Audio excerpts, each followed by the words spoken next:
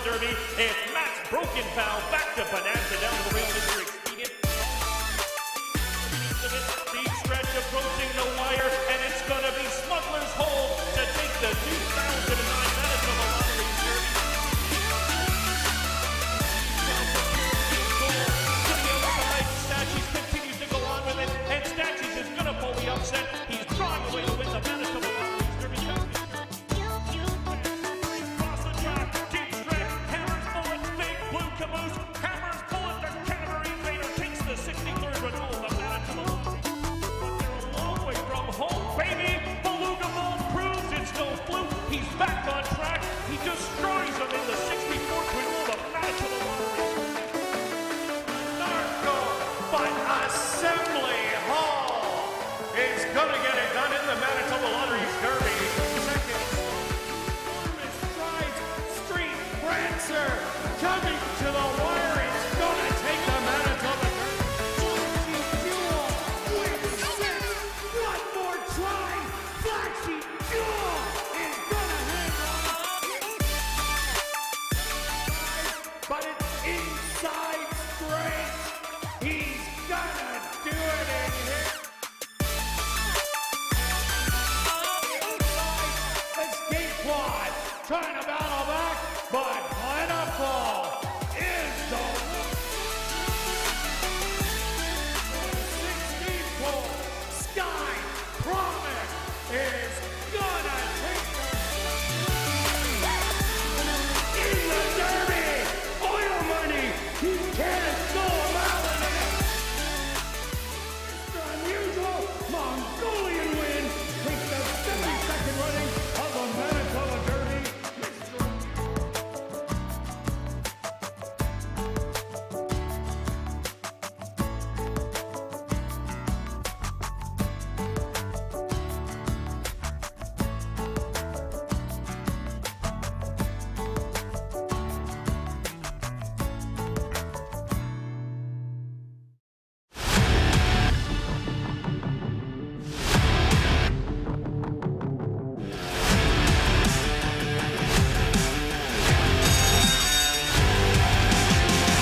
West Princess bearing far outside. Yeah, baby, she is gonna do it.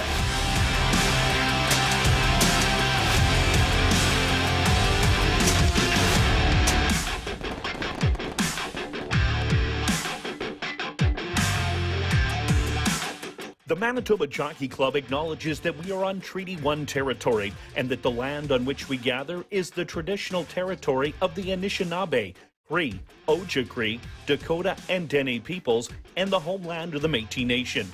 We pay our respect to the First Nations and Métis ancestors of this land.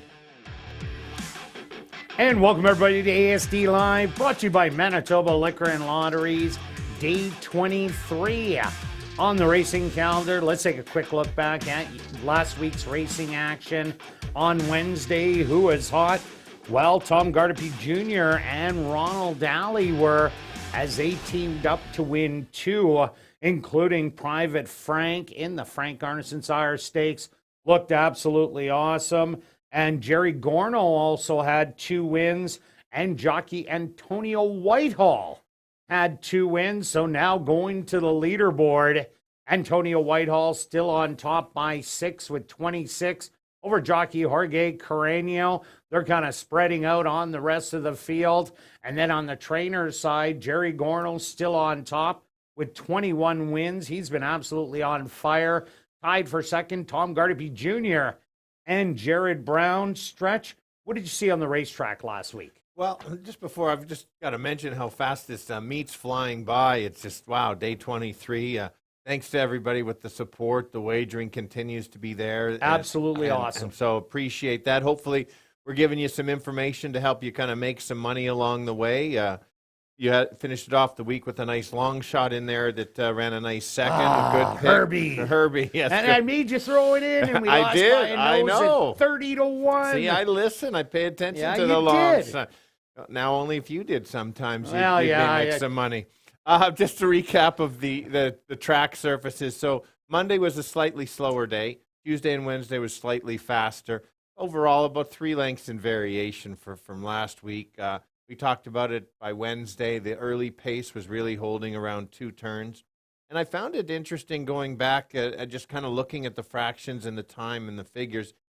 Many of them were going very fast early and just were able to kind of carry that speed, and nobody really could close. So even the ones that went a little too quick were still able to hang around late. So I found that kind of interesting. You couldn't, I think, a couple closers going short, but there was an all-out duel in those, and so you got to watch. We'll see how it goes. It's a little cooler today. We've got lots of clouds covering possible rain, so I can't wait to see the weather report coming up. Stay tuned for that. And then once a day, again this week, we have a stakes race each day. We've got the Derby trial today in race 5, and that means that the Manitoba Derby is only a few weeks away, so there's always something to look forward to. So I'm looking forward to the week for sure. You can probably tell I'm already anxious, ready to go to try to pick some winners. Well, that sounds good to me. Let's kick it off with a $10,000 claimer for fillies and mares 3 and up. That are non-3 lifers. They're going to go 6 furlong stretch. Wow. You got the same. We do have the same. I don't, again, we say this once in a while. We have the same, but I still think it's a competitive race to without a doubt.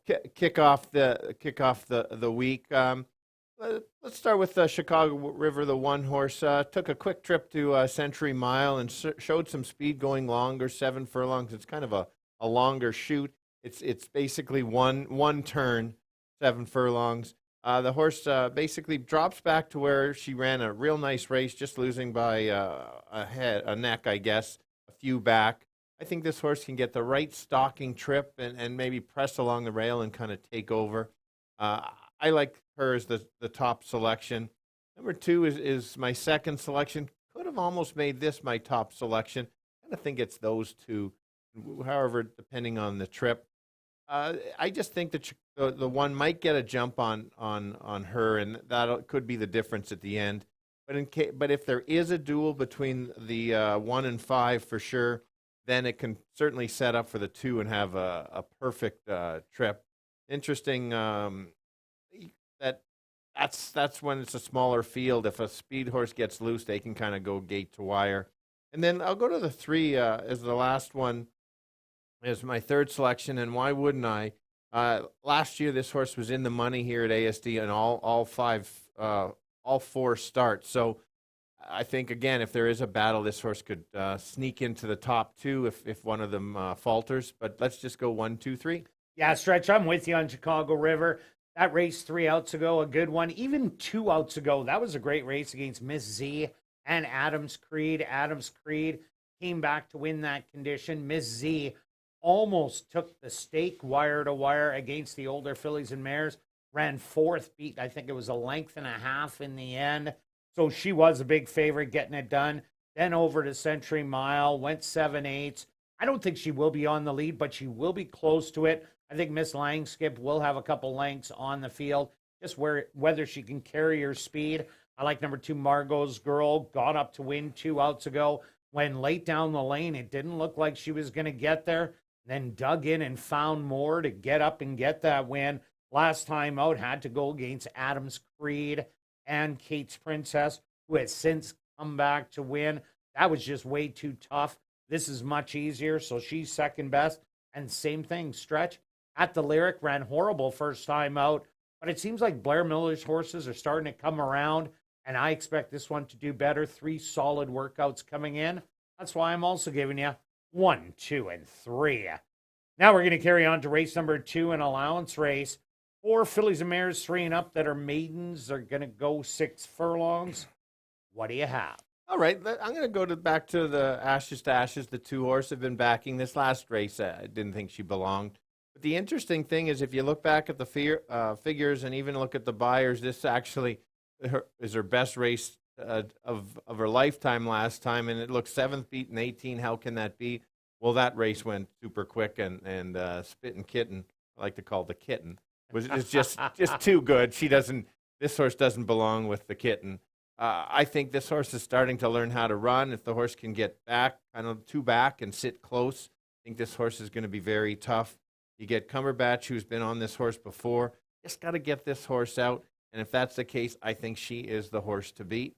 And then we'll go to the 5. I think you know what you get with her. You are adding blinkers.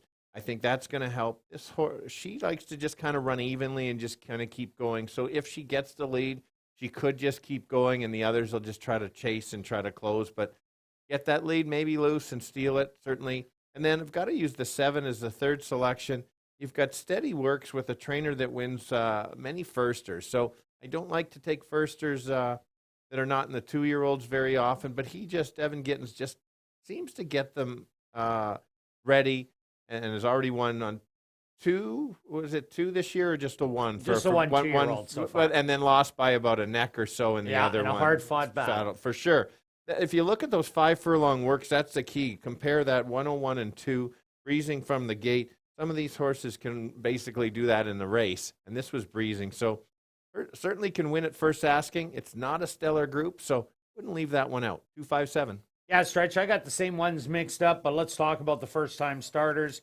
Number 1, Pay It Forward. The dad, Shin Forward, had 6 wins, $3.4 million in earnings from 7 furlongs to a mile. Was always stuck in there and showing speed. The mom, just one of a kind, had 2 wins, $77,000 in earnings, and she was a cutthroat sprinter.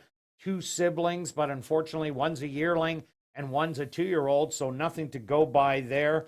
Number 4, Dub Saint Angel. The dad, Singing Saint, was 2 for 2. Only 2 races at Woodbine, one going a mile and a mile on a 16th. $81,000 in earnings. The mom, Sweet Angel Girl, had 2 wins, $7,000 in earnings, and both of those were sprinting. 3 half siblings. One of them's a 2-year-old. Another one is a one-time winner of $21K, and the other is still a maiden.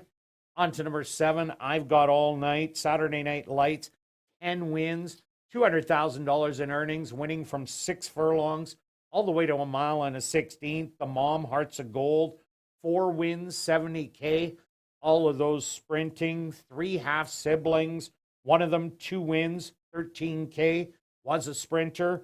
4 wins, $25K for another. That was also a sprinter. And another one, 4 wins, $44K, mostly a sprinter, but ended up going to a mile and a 16th, but also one at 4 furlongs.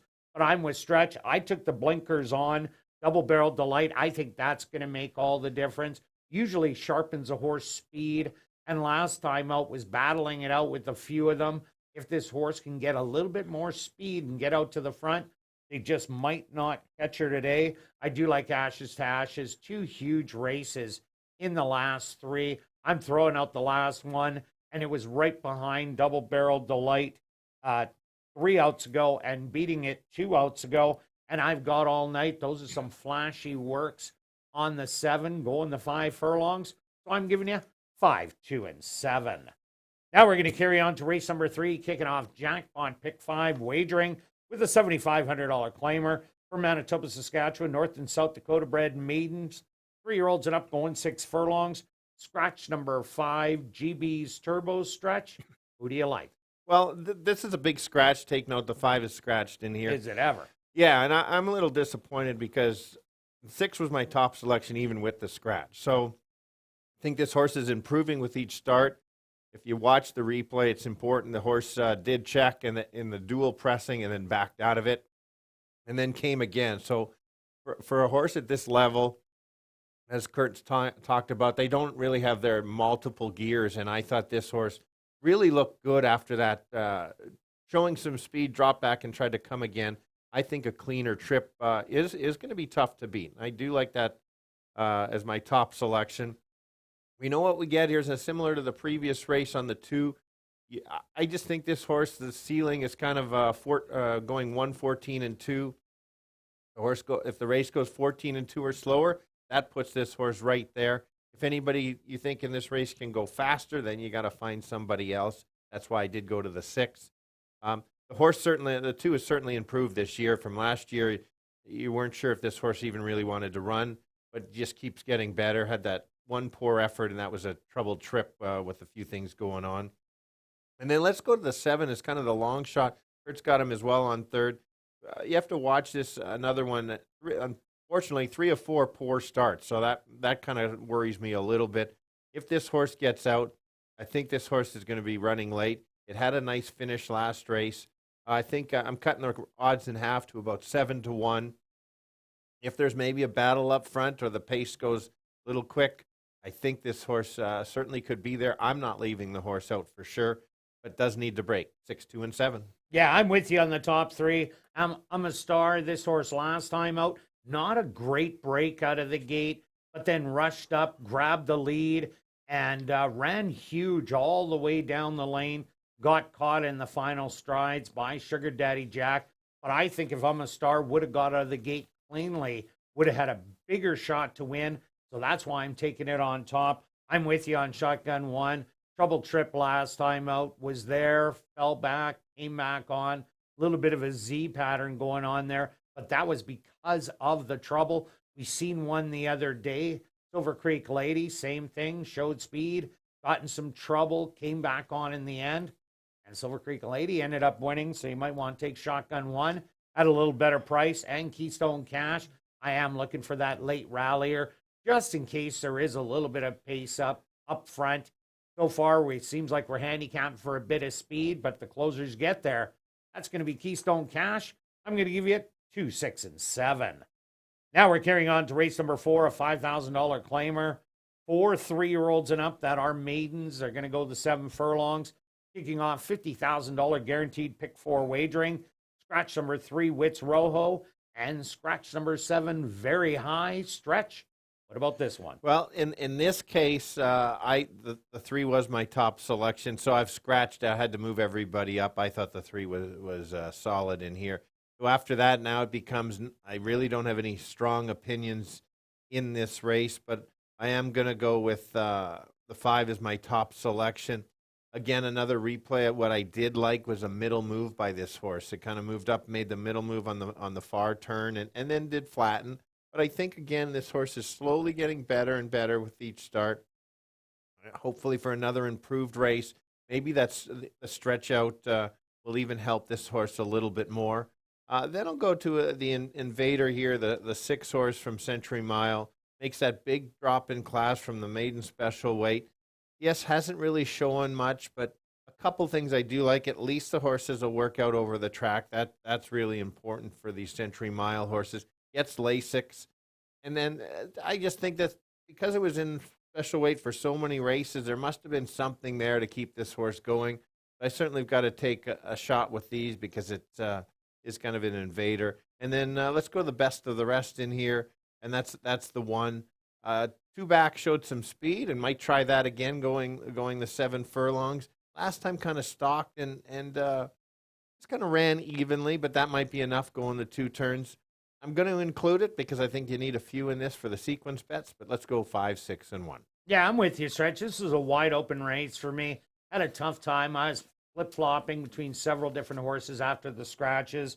I did go to Silicon Valley. The only reason I went to this horse last time out, did the maiden allowance drop, showed speed again, but stuck around a lot more. The way speed was carrying last week, having a horse loose on the front end, you definitely cannot leave that kind of horse out. I thought we'd get a bit of price today, so I took him on top. Number 1, Party at My Place, I think will show speed out of post position number 1 as they are going 7 furlongs and that turn comes really quick. Everybody is sending to get positioning. Party at My Place ran a good one last time out, was beaten by Wits Rojo, only by a length of 3/4. I don't expect this horse jamming on the front end, but sitting close with the rail trip. So I think that's a huge advantage. And number 2, Carpiquet. I'm going to take one more shot at this one. Ran 4th last time out. Beaten 5 lengths. Didn't run a bad race as the speed ended up sticking around in there. But Carpiquet has races from last year that are definitely way better than anybody else in here. If it can revert back to any of those races, might jump up and pay a big price. But I'm giving you 5, 1, and 2. Now we're carrying on to race number 5, our featured race on the card, the 29th running of the Derby Trial, going 1 mile. 3 scratches in here. Scratch number 3, Manodura. Scratch the 4, Discovery Peak. And scratch number 6, Viral. stretched down to 4 horses. It is. It's a little unfortunate with this, but I'm still looking forward to the race just because of kind of the unknowns. The 7 was going to be my top pick anyway, even with the other ones in here. With the one scratch, I don't think it really affects what the 7's going to do. We know Chicago's Gray is going to the lead. The key, I bet this horse the first 2 times was impressed. The last time I wasn't sure that going to that 6 furlongs. But the horse impressed me even more, kind of a bit of a push button at the 8th pole where it just kind of rebroke and took off. And because just watching that race live and then watching the replay again, I was just so impressed of that move. And because of that move, I put that horse on top. So maybe the distance isn't as big a question. And they figured out that this horse can carry the speed. Going a mile, so it's right in between. And then the 5 was my, in fact, 3rd pick. Now moves up. We know this horse is going to stalk and try to take a run at Chicago in the stretch. I think if the horse tries to press, that could cost this horse second. So I think they're running for a good purse money. I think this horse will just sit back. The extra distance is certainly going to try to close the gap. Going short was not the 5's, how that horse could beat the 7. And then the last one would have been right up there too, 3rd pick. A trainer keeps this horse here, adds Lasix, gets another workout over the track. The distance is probably going to help. Should close the gap a bit. Not sure if it'll close enough. 7.52. Yeah, Stretch, I have it down to 7 and 5 also. I think Chicago's Gray goes out, but the distance, it's another 2 furlongs today. Yes, speed has been carrying, but Saxon Saga impresses me each and every time it runs. Unpressured leads for Chicago Gray. Last time out, jockey Jorge Carreño actually had to ride Chicago's Gray all the way to the wire, where in the previous starts was absolutely just sitting there chilly. So I think that Saxon Saga, after about maybe, 5 furlongs, will try and take a shot at Chicago's Gray and soften it up. And if that is the case, it looks like Saxon Saga can run all day. So I'm taking the shot that it can get the job done. So I'm taking it on top. Chicago's Gray for second is the horse to beat. And Rough Customer has been running really well, even though it is maiden against winners. I'm 5, 7, and 2. Now carrying on to race number 6, a $5,000 claimer for 3-year-olds and up that are non-2 lifers. They're going to go 6 furlongs. Scratch number 4, Love Ours, and scratch number 5, Super Doro. Stretch, what about this one? Yeah, again, the scratches kind of hurt my price a little bit. The 1 was going to be my top pick with everybody in here. This horse I did like last time. I thought there was a chance of a bit of an upset and ran such a big race. Any of those last 3 races by this horse puts this horse, I think, in the winner's circle. I like how the new jockey's been riding. He just seems to put the horse in the right spot and gets the most. So I think this could certainly stalk and kind of take over, or even if nobody goes, could just get the lead on his own. So the cutback and everything puts that horse as my top selection. The 6 moves up in my picks after the scratches. This is a horse that we know that's not going to go 2 turns anymore. Just that's not his distance, so then that kind of helps back to the stalking. If there is a battle up front, then this horse certainly can, small upset, or if it's the co-favorite, beat the 1. I think it's kind of those 2. And then I was kind of searching for who else, and you look at Bro Code. This is an easy one to take. If you just look at all those thirds by this horse, likes to run third. Had to include it. Can certainly sit back. Lethbridge, I'm not worried about that, but the races at ASD last year certainly puts this horse in the mix. 1, 6, and 3. Yeah, I'm with you on 1 and 6. I just reversed the order. I think the 7 Livery Man goes out and grabs the early lead, as the horse showed a lot more life last time out. My Boy Christian will be the stalker, Unusual Count right in behind. So I think My Boy Christian will get the jump on Unusual Account, and that's why I put him on top. Unusual Account fretting lights out. That drop in class from 75 wide open, that was a huge drop and ran massive against a huge favorite in Terra Tattoo. And Liveryman, as I said, looks like the speed of the race. Horse is coming into itself. 3rd start off the layoff. I'm taking 6, 1, and 7. Now we're carrying on to race number 7, an allowance optional $10,000 claimer for the boys 3 and up. They're going to go 6 furlongs. Scratch number 1, Win America. Same thing. We're bookending the picks here. We are a good full field. And there's a lot of horses to like I in was here. just going to say, good What are you full doing? field. I think as many as 5 can win this race. And so, what, you're running short on time today? And you look at my picks and you go 4, 3, 6. I'll just go with jump on the bandwagon of Stretch's bandwagon. Hey, it's not a bad angle. It's a good angle. Yeah. You might want to keep doing that. Okay. All right, here we go. Let's go to House Limit as my top, our top picks, apparently. There we go. It makes the cutback and a big drop in class. This horse is running against some stakes caliber horses. Who's the last horse that dropped out of the second level into the first level? And won? Del Vecchio. Del Vecchio, there you go. And we got a price that We did day. get a price and we're gonna on get that. a price on House Limit again today. I'm just adding it in. We can go together on this Let's one. go together on this for sure. I like that. I think this horse can show speed, can also just stalk if it has to. It's got enough class in here just to sit there and kind of take over. Might get some pressure, but I think this horse is classy enough to be able to put that speed away. And then we'll go to the 3.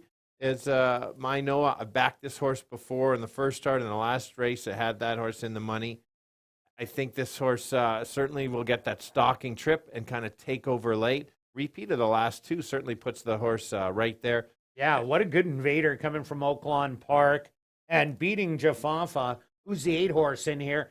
Take a look at those horses' lines to run down a loose speed horse the way My Noah did, and then lost to a second level allowance dropper into the first level. That's why he's my second play. On to McKeag. Thank you. You problem. You nailed the points on the 3. Good call. But I'm taking the credit on the 6 here. This is the sleeper of the field. Morning line 10-1. I think this horse is an absolute overlay at 10-1. I don't know who did the morning line there at 10-1, but anyway, we're not gonna judge, but that would be wrong. This horse is a very good first out race. Just ran a nice race, 18 of 20 in the money lifetime. I think that's an incredible stat. This horse has run all sorts of different races and been right there. I think this horse is going to be able to sit close, gets a couple workouts after his last start. The figures are absolutely right there. I don't think it can be left out. 4-3-6 for Stretch. Yeah, I'm with you, Stretch. That was a great race last time out. Unbroken Star had it all his own way on the front end. There's speed in here. Unbroken Star, House Limit, Jafafa. So there's no lack of early speed. If McKeag runs the same kind of race, definitely can jump up and win it. I'm also 4-3-6. Good luck with all your selections this evening, and I'll be right back with the changes on this evening's Carter Racing.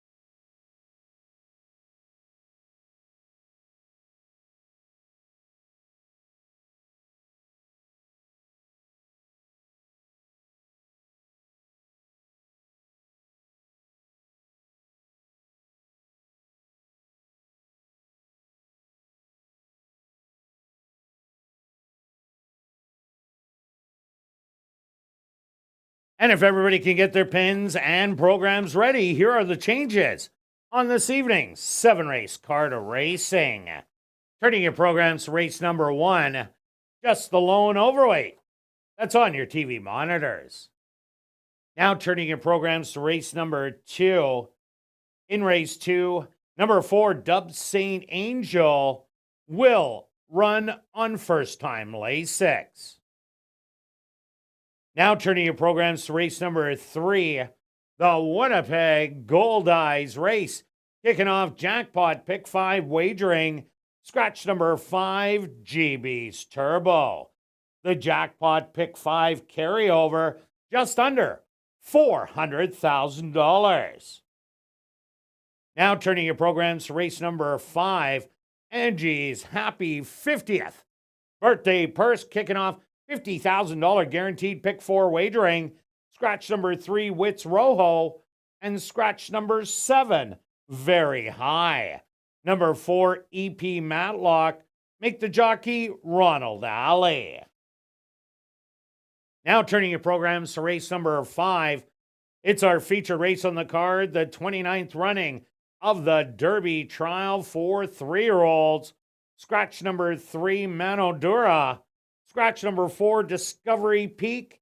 And scratch number 6, Viral. Now turning your programs to race number 6.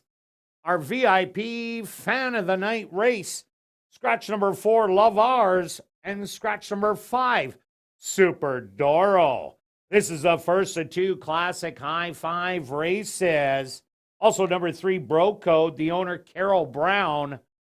In the classic high 5, there is a carryover of $9,783. Now turning your programs to race number 7. Scratch number 1, Wood America.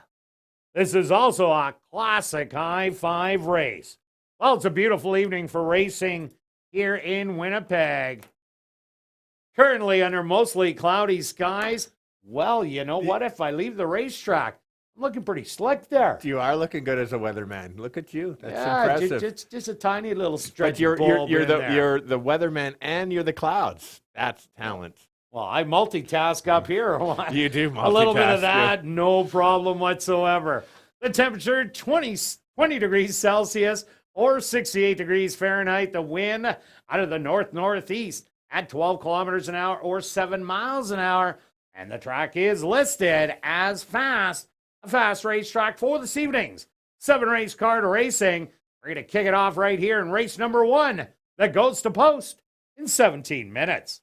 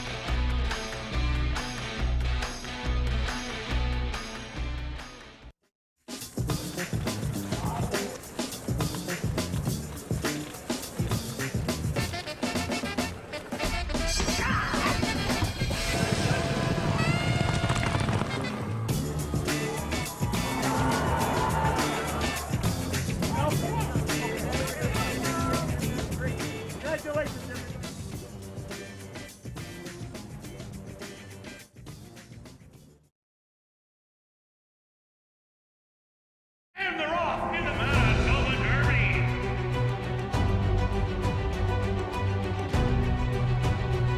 Field of 9 set on the way at the CC Derby. And they're off in the Canadian Derby. Red Knots will take the Manitoba Derby. And Walcott takes the lead with Great Escape. Regal Brian, Roman Rose, the ride. Regal Brian will win the Derby.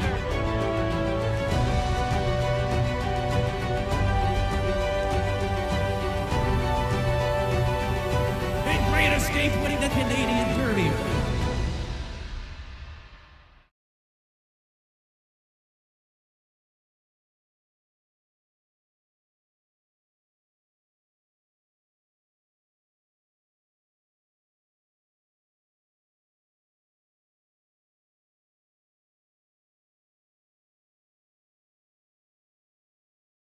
And welcome to Assiniboia Hounds. Be sure to enter your name for a chance to be our VIP Fan of the Night. Ballots are available in the lobby. If your name is picked, you're going to get the VIP treatment, including a $25 wagering voucher, an ASD t-shirt, a trip up to the press box to watch me call a race, and you're going down to the paddock to look at the horses, and then off to the winner's circle to watch the race and get a framed photo with the winning horse. Now on to racing. If you're new to racing, stop by and see Shannon and Brad at the Fan Education Center located on the main level. They can answer all your questions about how to bet. And be sure to download the new app called Dark Horse Bets. All new account signups receive a free $30 deposit and a free Dark Horse t-shirt. Scan the QR code on the front of the program cover or off of any of the posters around the building to download the app now. Have a great night of racing.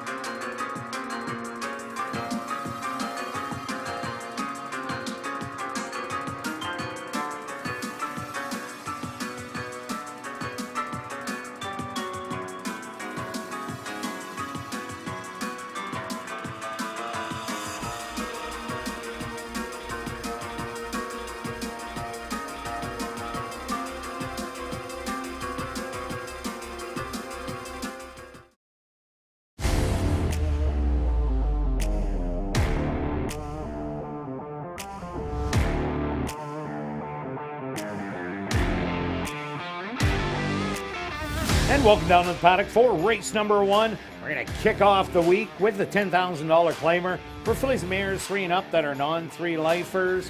They're going to go 6 furlongs, and a lot of betting opportunities in here as 3 horses sitting around 2 to 1. No kidding. And even the long shot, you could call it the 5 at 6 to 1. So clearly it is that competitive. We said that with, even though we had the same 3 selections. We've got Danielle on the camera today, so let's find the one.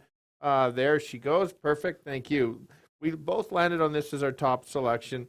Horses dropping for condition to the non-3. You look 3 back. This horse lost by a neck to Ensley's Dream.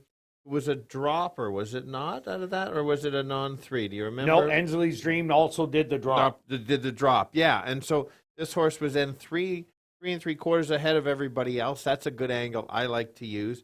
Went to Century Mile, showed speed going 7 furlongs. It's always tough to show, go gate to wire at Century going the 7 furlongs. It's a different 7 furlong configuration than us. I think this horse can stalk, get the jump on the 2, and battle it out with that horse. Even the race 2 outs ago, that race against Miss Z, she almost beat the older mares, older stake mares on the ground, cutting it out on the front end. Lost by only a length and a half, running 4th. Adams Creed did come back to win and draws the important rail in here. I also like number 2, Margot's Girl. 2 outs ago, she gone up to win by a narrow neck. And that was a tough race against Russian Pearl and Mechanic Susie. Yes, those are Manitoba breds, but they are good ones. They put on a show in the Hazel Wrightsire Stakes as they were a nose apart at the wire, with Mechanic Susie getting the win in there. Then Margot's Girl came back, ran against Adams Creed and Kate's Princess. Kate's Princess has since come back to win.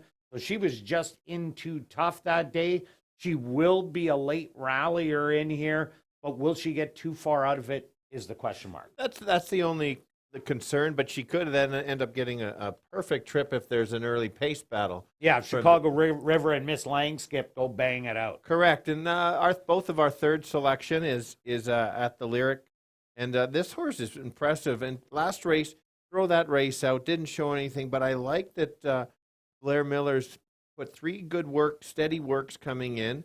Just needed that start clearly. This horse is much better than that performance. It's irrelevant, that race. It's a toss. But look at last year, how good this horse, 4 for 4 in the money. Figures are there, should be stalking. This is kind of your sleeper at 6 to 1 that 1 or 2 falter, this horse could get in there in the exactor. Yeah, and his horses are starting to come around. We've seen High Rides in the Peg in the boys 10-on-3 and a 4-horse photo at big odds. Just lose on the outside.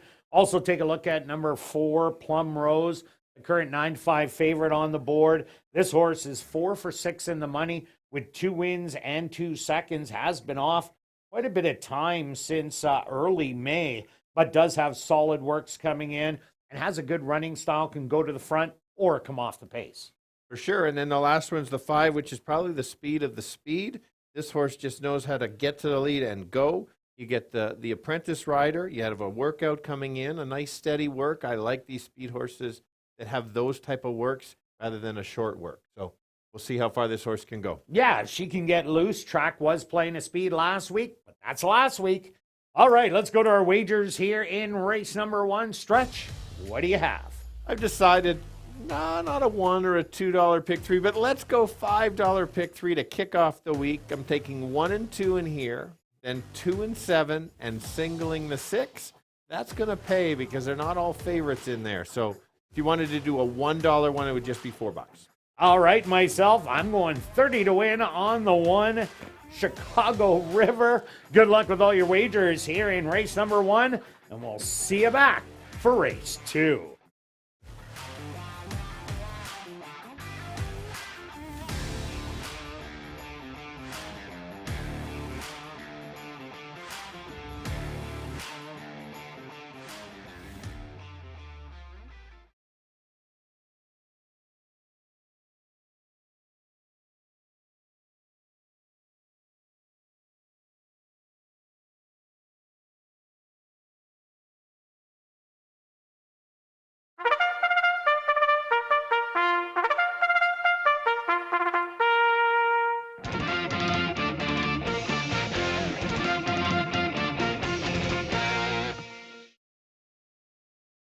The horses are on the track for race number 1. They're going to go 6 furlongs for $13,700.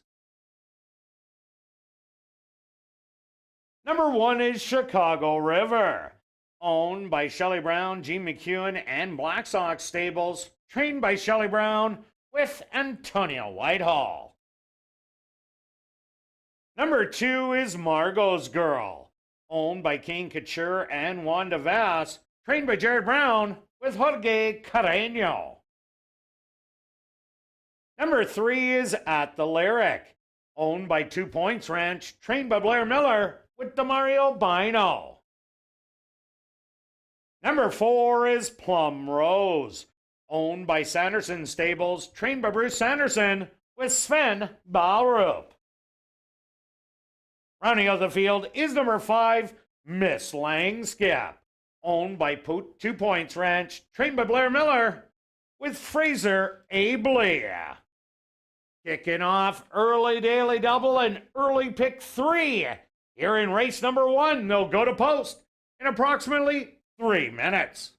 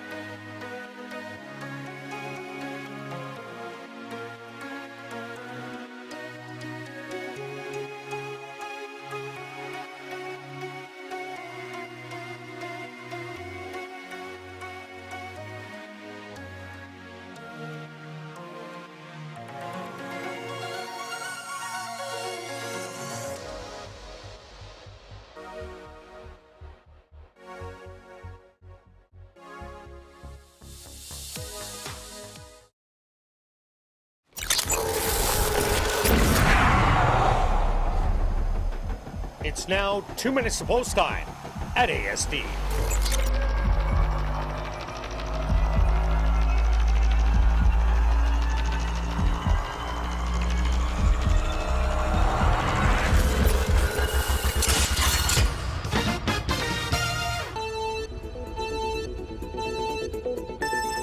All right, the girls going 6 furlongs to kick off the week. It's a compact field of 5. Public's got it down to the three horses in here. I've got the one as my top selection.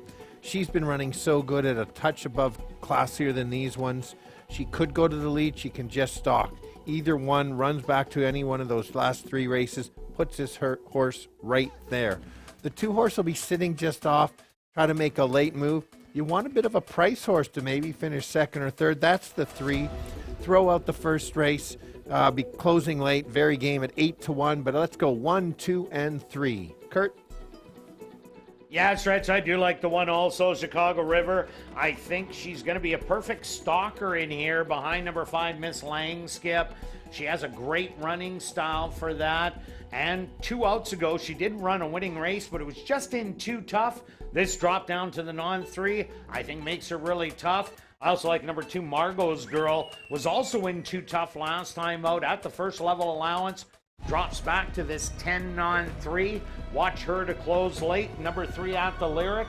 This is a horse that could be waking up in a barn that's waking up as of late.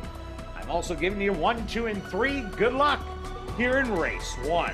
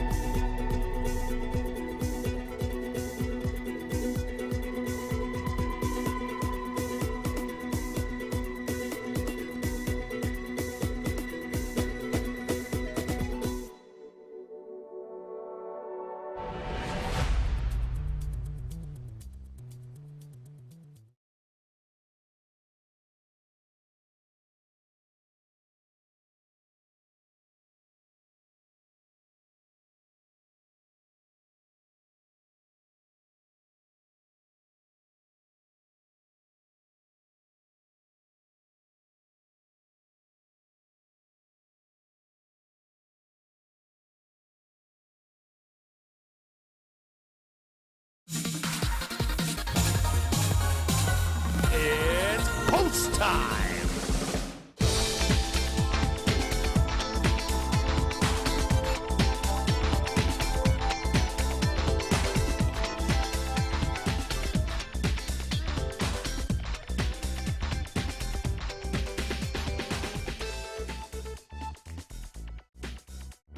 Chicago River, the overwhelming 3-5 favorite, steps into the starting gate.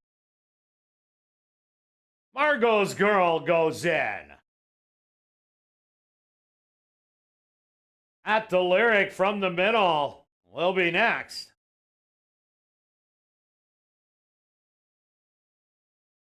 Just 2 left to load. Plum Rose. And just waiting on Miss Langskip to the outside.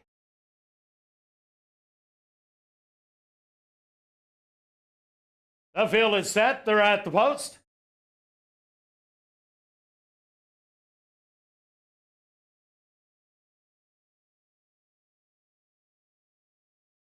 And they're off. From the far outside, Miss Langskip hustled hard, grabbed the early lead, and she's going to get it easily by 2 lengths. Settle back in second on the rail, that's Chicago River. Margot's Girl up close early in third. Then Plum Rose, another length and a half back. And your early trailer is going to be At the Lyric. The opening quarter, 22-4. Miss Langskip. The lead is shortened to only a length. Chicago River putting on the pressure in second. Back to third, Margot's Girl. And then 3 more back to At the Lyric starting to roll. And Plum Rose, now the trailer. 46-3, the half mile. They hit the head of the lane. Miss Langskip making every pole a winning one. She's up by 2. Chicago River trying to eat into that advantage, and she's getting closer with every stride. A 16th of a mile to go. Miss Langskip, Chicago River on the outside. Noses on the wire between Chicago River and Miss Langskip. At the Lyric rallied for third and fourth to Margot's Girl.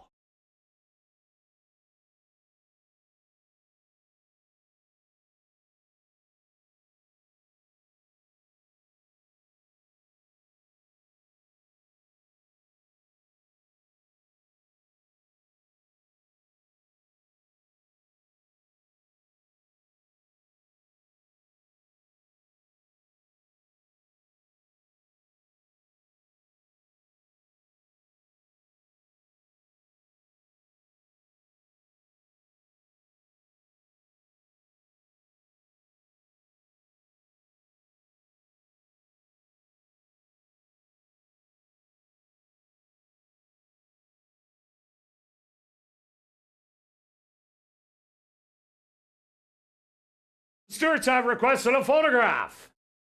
And the results of that photo, the winner number 1, Chicago River. Second goes to number 5, Miss Langskip. Third to number 3, At the Lyric. And fourth to number 2, Margot's Girl. They went the opening quarter 22-4, the half 46-3, 5 furlongs 59-2.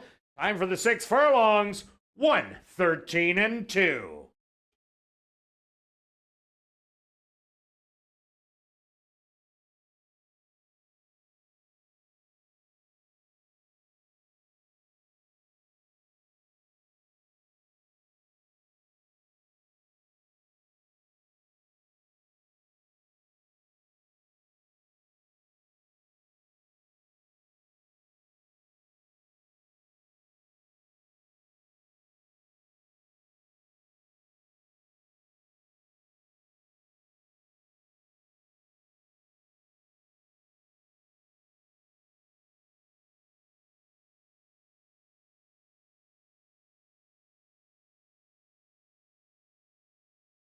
Now entering the winner's enclosure, the official winner here in race number 1. That's number 1, Chicago River.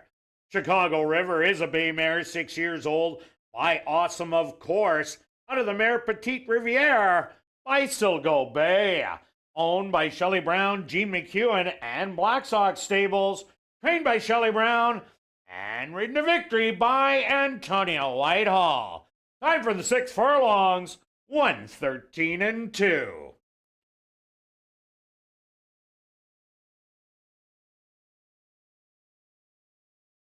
Race 1 is official in the upcoming second race. Number 4, Dub St. Angel. Earlier I said will run on Lasix. It will in fact not run on Lasix. Kicking off another pick 3 here in race number 2.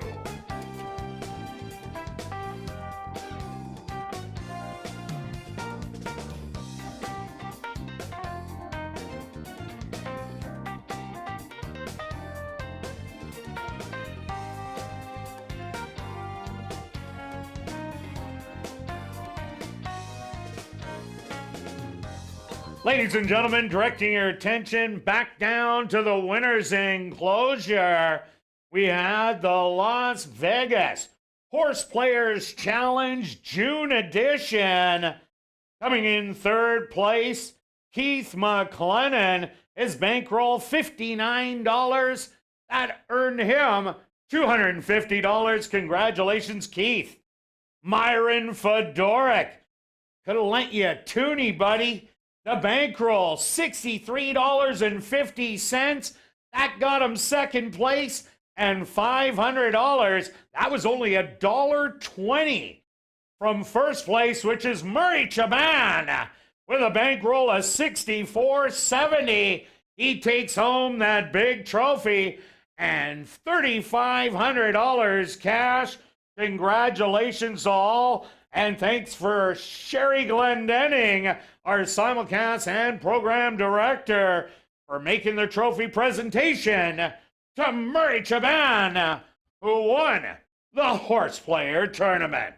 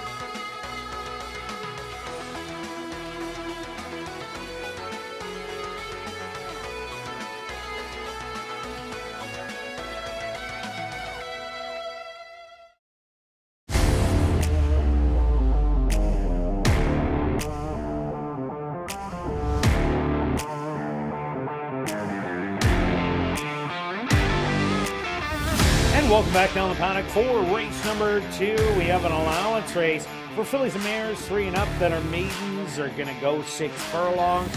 Quick look back at race number 1. Chicago River. Antonio Whitehall times the wire perfectly. He did. He got everything out of that mare. I watched the 5 got loose. You always have to be worried when She got loose easy. She did get loose easily, but she's fast. But the fractions weren't like crazy or psycho. They No. weren't super fast. Just rolled along. The time was pretty fast for this group. Yeah, it was okay. 13 and 2. We're gonna see. I won't make the statement just yet, but Okay. I have a feeling it's a tick or two fast today. But you called it on Blair Miller's horses running improving start. Waking up. They run second And and third third. at big odds. So take note of that. Trainers get hot and the barn gets hot. So here we go. Let's go to race 2. I'm gonna start on the 2 as my top selection. This horse is coming back, third race in about 2 weeks. So that's always a little bit of a concern. You're going to look at that last race and say, why would you take that horse at be 7th beaten 18? Well, if you take a look at the time and the speed and the company, that's every horse in this field will look exactly the same with that kind If of not form. worse. If not worse, correct. 2 back, this horse ran a nice race, finally got out of the gate, and then ran into a bit of trouble and kept grinding. Ended up on the outside of the track, I believe, in that race. And so I'm thinking this horse is going to sit relatively close, getting better with each start. And that last race is mentioned on ASD Live. That's actually her best race lifetime in figures. So she's starting to learn how to run. I'm hoping it's today to the winner's circle. Yeah, I agree. She did come from Florida, Tampa Downs. Let's talk about number 1, Pay It Forward, not taking a lot of money at 14-1. One of 3 first-time starters in here. The dad, Shin Forward, 6 wins, $3.4 million in earnings. Won all the races at 7 furlongs or a mile. The mom, just one of a kind, had 2 wins, $77,000 in earnings, and all of them sprinting. 2 siblings, but not much to go on there. One's a yearling and one's a 2-year-old, but does have a nice work coming in 36 and 3. For sure. For sure. But your stats on first-time starters kind of make it tough. Correct. Let's take a look at number 3, Brownell Bay. We'll get a tongue tie on today. Another one coming out of the Blair Miller barn, 20-1 morning line and 16-1 right now. This horse, 1 start, showed some speed against Double Barrel Delight and ended up faltering. Has been put away for most of June. Started back at the end of June and then 3 consecutive works. The best one, 49-1 as of late, and they do add a tongue tie on. I wouldn't just throw this one out after that 1 start, as the Blair Miller horses in race 1 did so well. I agree with you, and it's only 1 start. So that's kind of the key. We've seen the improvement with the horse starting to learn to run. So yeah, absolutely, 15-1 is the right value. Number 4, Dub St. Angel, another first-time starter. The dad, Singing Saint, was 2 for 2, only 2 starts, both of them at Woodbine, 1 at a mile and a 1/16, $81,000 in earnings. The mom, she did have 2 wins, but only made $7,000, and she was a sprinter. There's 3 half siblings. One of them's a 2-year-old. The other one's a winner of 1, $21,000, and the other is a maiden. And Dub St. Angel will not run on late 6. Okay. Yep. Talk about your 5. That's your Well, top why don't selection. you talk? Well, Double Barrel Delight. There's not much to talk about. This horse runs every single time, has a little bit of seconditis going on. This is one that Stretch loves betting against, but there is an equipment change. They put the blinkers on today. We've seen how much of a difference that can make on horses. So Double Barrel Delight, that's why I threw it on top. And that's fair, and based on the first race, the speed carrying, so it absolutely makes this horse a little bit more tougher. And so the horse that's going to be pushing is the 6 horse. Showed speed last time and faltered. Hasn't shown showed speed in 3 out of 4 3 of the 4 starts. of the speed. 2 starts. Big improvement after the first start. That kind of really shows you it. Yet second time LASIK. So I think there's going to be even more improvement with this horse. Is it enough? I think it might be enough to hang around maybe the 3rd or 4th spot. And the other first time starter, the 7 I've got all night. The Dad Saturday Night Lights had 10 wins, $200,000 in earnings, won from 6 furlongs all the way to 1 mile and a 16th. The Mom Hearts of Gold, 4 wins, $70K in earnings, and she was just a sprinter. 3 half siblings, all of them winners. 1, 2 wins, $13K, was a sprinter. Another one, 4 wins, $25K, also a sprinter. And the last one, 4 wins, $44K, and won from 4 furlongs to 1 mile and a 16th. And currently the favorite on the board, Stretch. Yeah, and it will be right around the co-favorite. If you look at the daily double prices, that can always give you an idea of what kind of odds you're going to get. And it's kind of almost the 5's the favorite, and then the 2 and 7 are kind of equal. Yeah, and a couple real solid works on the 7. Let's go to our wagers here in race number 2. Stretch, what do you have? Okay, I'm going to just make an easy place bet on my closer here, and 30 place on 2. I like how this horse runs, but in case maybe one of the speed horses gets away, I think I'm going to get nice value.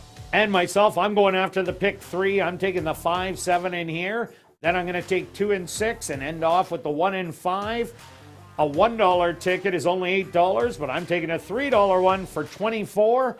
Good luck with all your wagers here in race 2. We'll see you back for race number 3. Kicking off Jackpot Pick 5 wagering.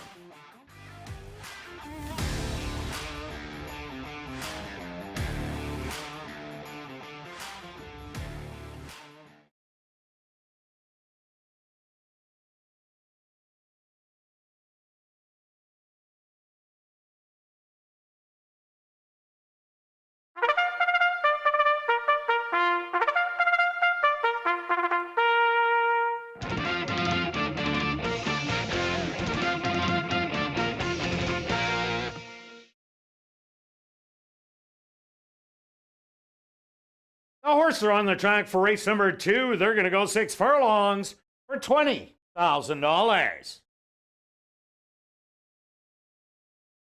Number 1 is Pay It Forward, owned by Brent and Heather Rymack, trained by Brent Rymack with Stanley Shady Jr. Number 2 is Ashes to Ashes, owned by Shelley Brown, Bet Holtman, Steve Holborn, Christina Bell, Black Sox Stables, and B&J Stable, trained by Shelley Brown with Ronaldo Cumberbatch. Number 3 is Brownell Bay, owned by 2 Points Ranch, trained by Blair Miller with Jorge Carreño. Number 4 is Dub St. Angel, owned by Deborah Fancy, trained by Lauren Fraser with Andre Martin. Number 5 is Double Barrel Delight, owned by A2 Thoroughbreds and True North Thoroughbreds, trained by Michael Nault with Chavi and Chow. Number 6 is T-Man's Flair, owned and trained by Alan Brown with Neville Stevenson. Rounding out the field is number 7, I've Got All Night, owned by Pink Cloud Racing, trained by Devin Gittins with Siobhan Bell. Post time for race number 2 in approximately 2 minutes.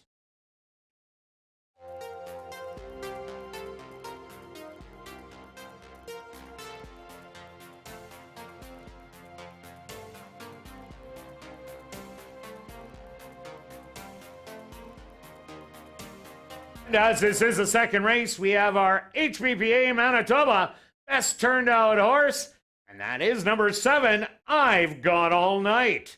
Number 7, I've Got All Night, the HBPA Manitoba best turned out horse here in race number 2.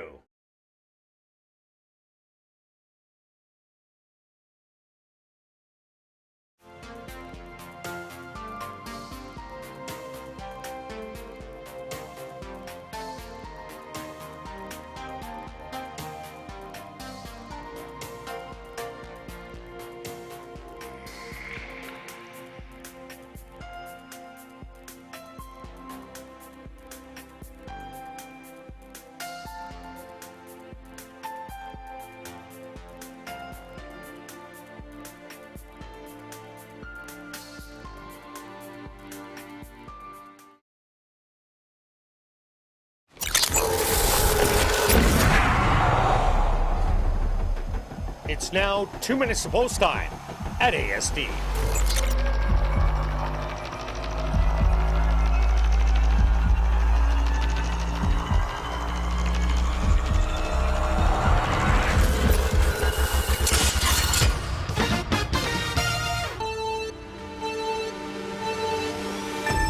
All right, the girls going 6 furlongs for maidens. That's horses that have never won a race lifetime. Some are lightly raced. I'm going to one that's run a bunch of times but seems to be getting better. That's the 2, Ashes to Ashes, cuts back from a longer distance in a race where she didn't really belong. 2 back, that's the winning race.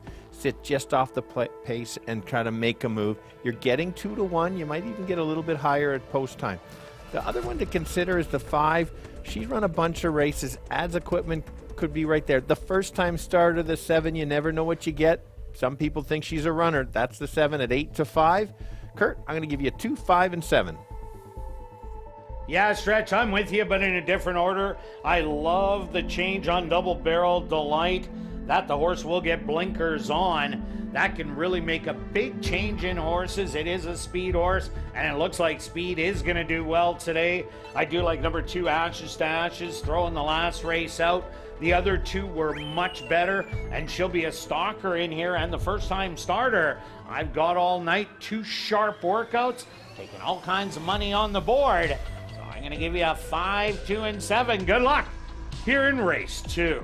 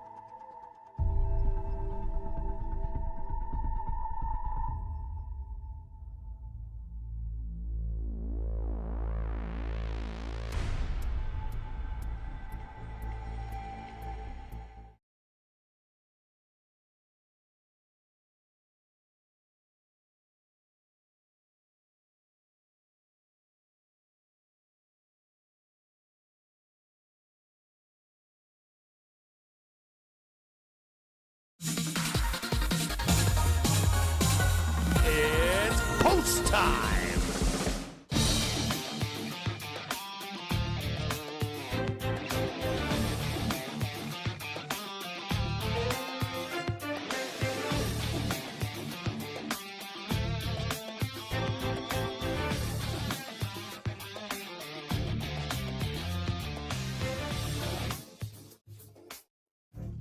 Pay it forward. One of the first-time starters, first into the starting gate.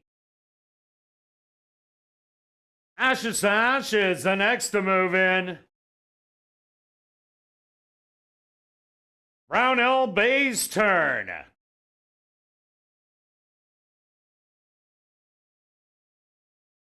Dub St. Angel goes in.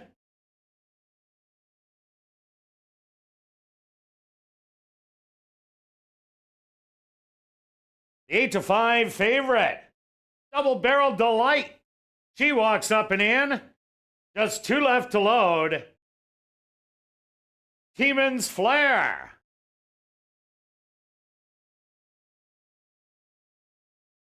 Now just waiting on I've Got All Night to the outside.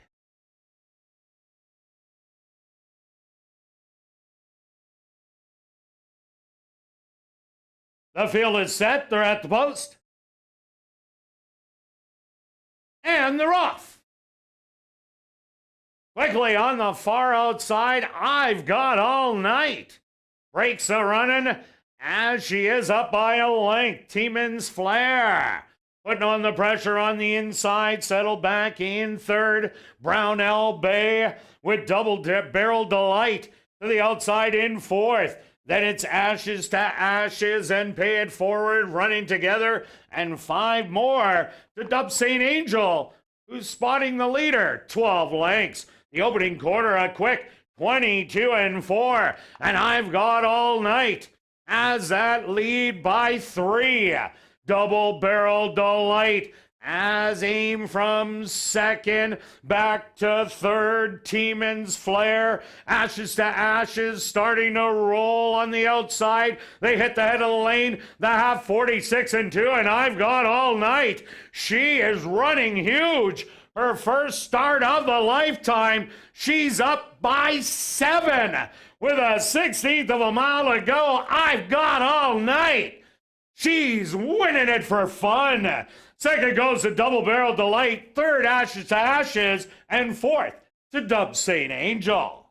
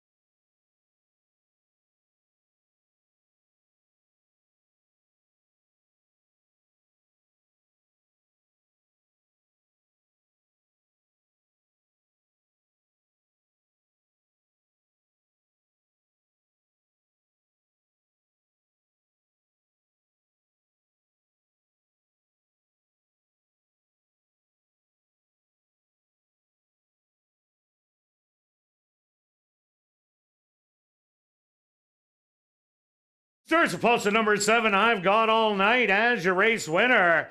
Second goes to number 5, Double Barrel Delight. Third to number 2, Ashes to Ashes. And fourth to number 4, Dub St. Angel. They went the opening quarter 22-4, the half 46-2. 5 furlongs, 59 seconds. Time for the 6 furlongs, an impressive 1:12.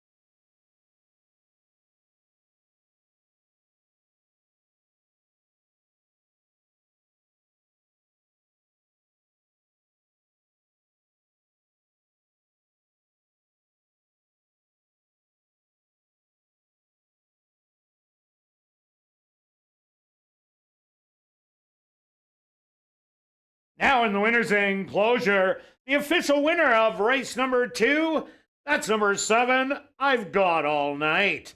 I've Got All Night is a bay filly, 3 years old, by Saturday Night Lights. Under the mare Hearts of Gold by Golden Missile. Owned by Pink Cloud Racing, trained by Devin Gittins, and ridden to victory by Siobhan Bell. Time for the 6 furlongs, 1:12.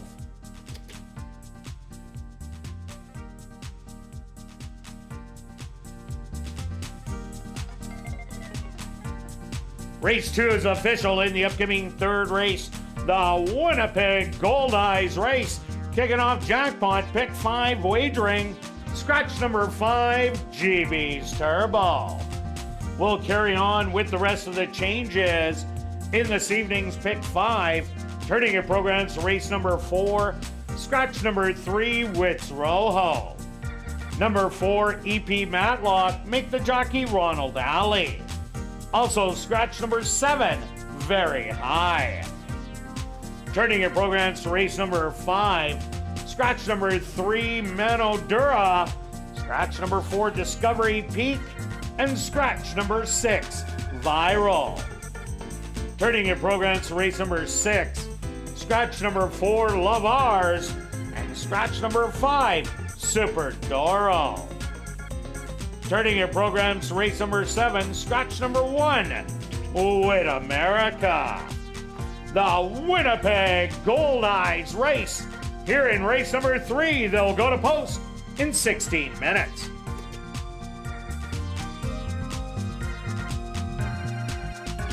Are you new to Assiniboia Downs? Then check out the 140 VLTs located on the second level. They're open all day, every day from 10 a.m. to 1 a.m. This is also the first leg of the 20-cent wager called the Jackpot Pick 5 coming up here in race 3. If you are the only correct ticket picking the winners of races 3 to 7, you're going to get the whole jackpot, which will be over $400,000. And when there is more than one winner, a consolation is paid out, and the jackpot keeps growing.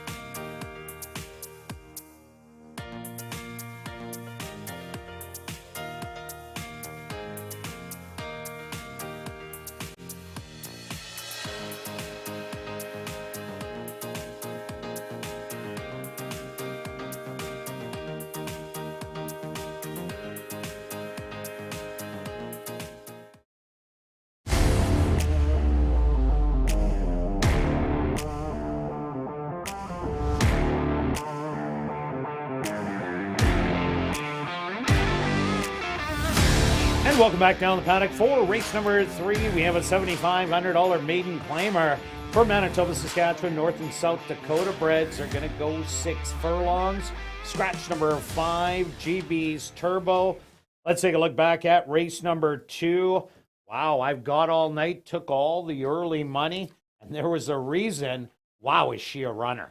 Yeah, those workouts were so solid from the gates. Those 2 5 furlongs, we touched on it a bit before, and then just also the trainer. So it does mean a lot on which trainers, and you just look at the percentage, and so that makes a big difference on that, to have that horse that ready to go. They went almost 12 flat, just over 12 flat. Wow. And Speed, I'm sticking with my bold prediction of Speed's kind of favoring, and it's a fast track. So now do you believe me a little? It kind of looked like that All after right. race 2. Well, on to race number 3. If that's the case, looks like you got to play the 2. Possibly. Look at the jackpot pick 5. We're at 417, and look, we've got fireworks now. Look at the fireworks. Oh, stretch.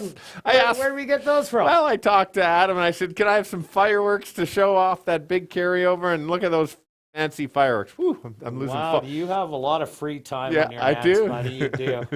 I'm Follow my shoes all night. You just get to laugh at me and watch some races from downstairs. I do. It's actually it's a lot of fun. Enjoy. I bet it is. I would enjoy it. love to do that one day. For sure. Let's go to my pick. Danielle, can you find the 6 for me? There we go.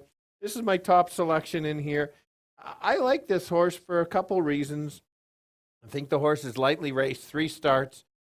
Two starts ago, showed some nice speed. Last time showed speed, checked out of it, and then had to chase and then came back around. So I like this, a nice cleaner trip. Should be sitting near stalking kind of on the outside. Basically post position 5, saddle class 6. I don't think the wide trip's going to mean much. I just think this, with that clean trip, that's why I like this horse a little bit better than the 2. So that's just my top selection, whereas the 2, I certainly like the 2. I just think there's a little more chance for an improvement on the 6. Yeah, Alma Star has really impressed me so far this year. Got the win taken away by Mighty Frisky first time out.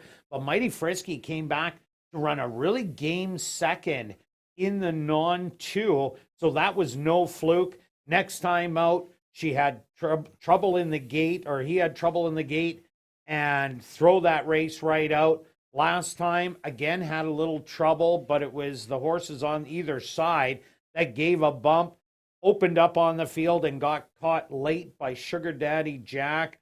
Alma Star, I think this is the speed of the race, and if it does get loose, they might have a real hard time catching them. Yeah, based on what we've seen in the first 2 races, both of our third selection is the 7.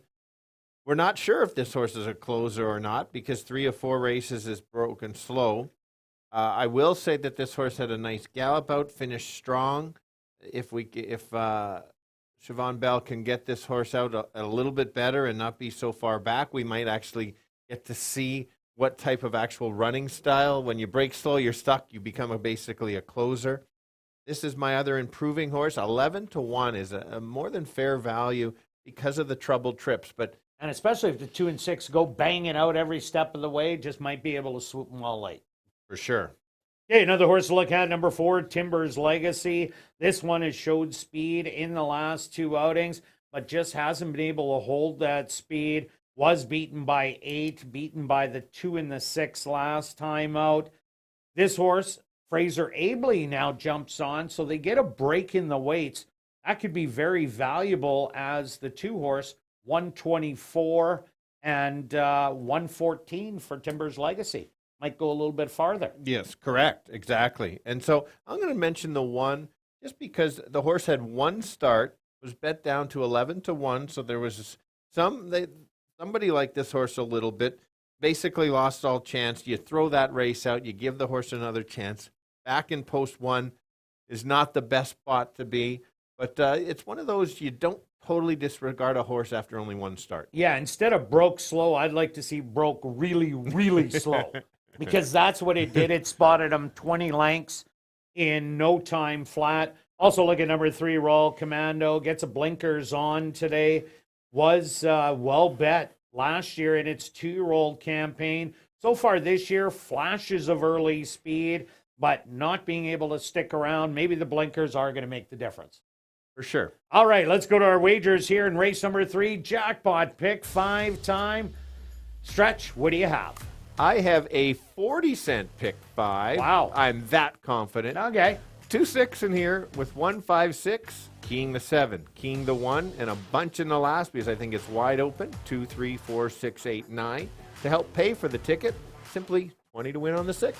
And myself, I'm taking 2 and 6 in here also with the 1 2 5. Then I'm taking the 5 7, the 1 and 6, rounding it out with 2 3 4 6 8. 20-cent ticket, $24. Good luck with all your wagers here in race 3, and we'll see you back for race 4, kicking off $50,000 guaranteed pick 4 wagering.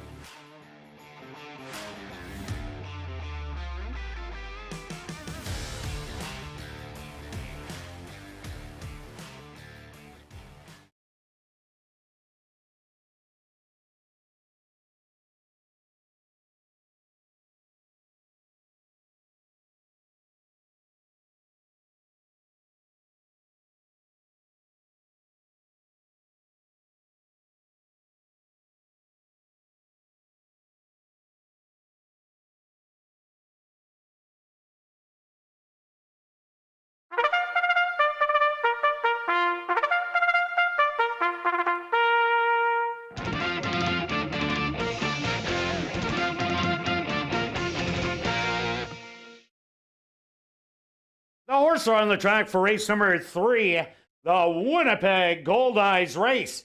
They're going to go 6 furlongs for $10,000.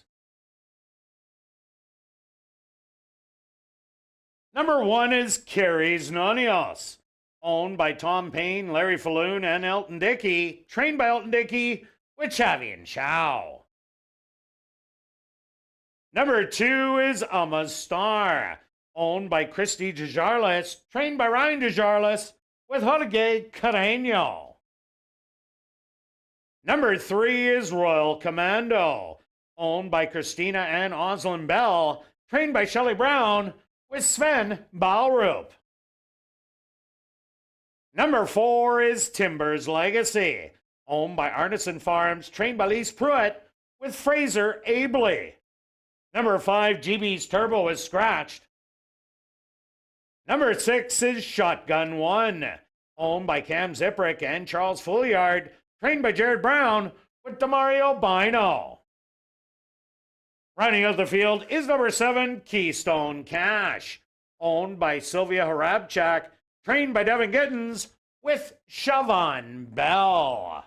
The Winnipeg Gold Eyes race, kicking off Jackpot Pick 5 wagering. They'll go to post in approximately 3 minutes.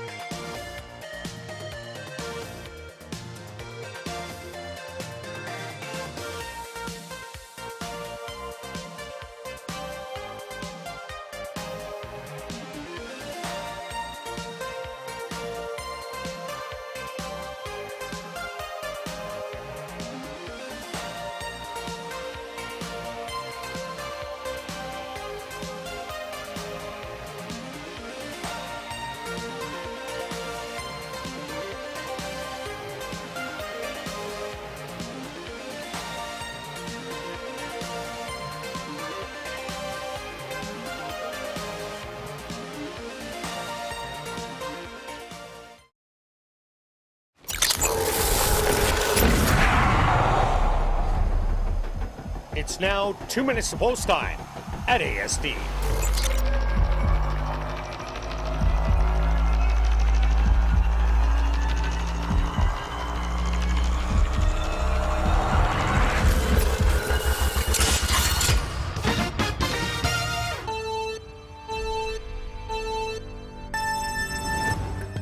All right, right, here we go. This time the boys looking for their first win. Lifetime going 6 furlongs in a good sequence for the pick 5. If you hit it, you're winning over 400,000. But let's start with who's going to win this race. Let's go with the 6. This is my top selection. Is an improving horse, only 3 starts. Showed a lot of gameness last time, pressing, dropping back, and coming again. That's impressive for these types of horses. The 2 horses had a lot of chances, but this is the right track for her.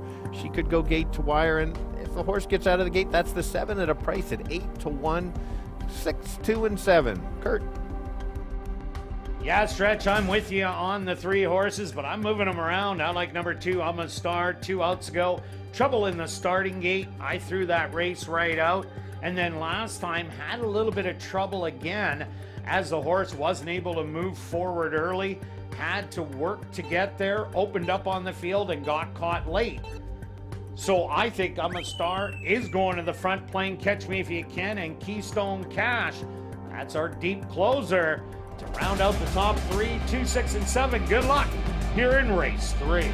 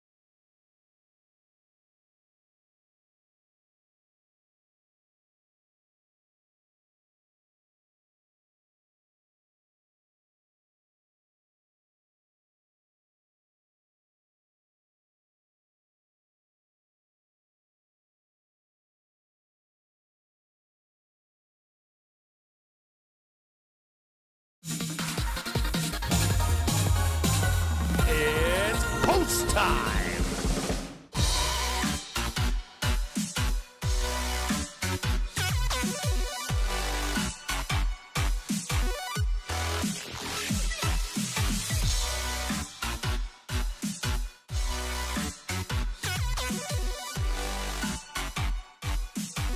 Aries Nanios, the first one to step into the starting gate.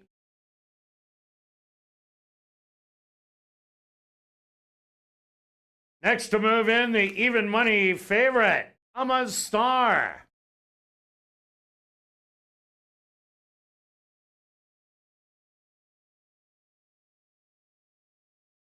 Royal Commando will be the next to go in.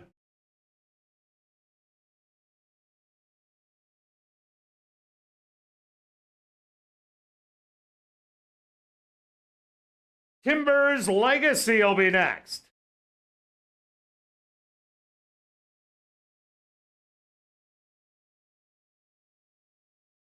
Just 2 left to load. Shotgun 1.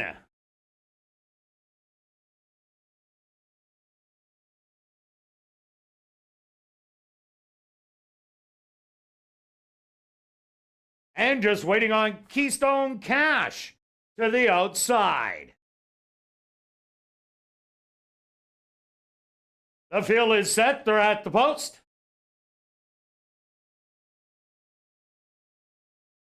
Number 2, I'm a Star fractious in the starting gate, as was number 1, Carries Nonios.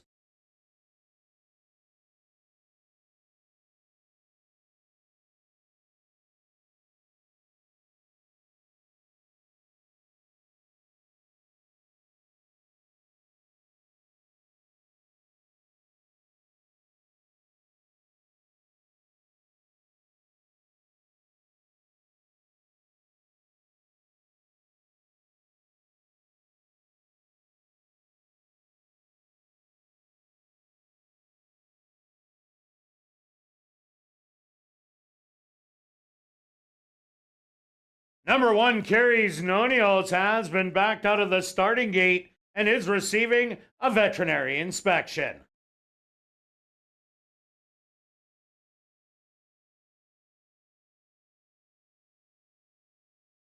Seemed to be okay. Carries Nonios back in the starting gate.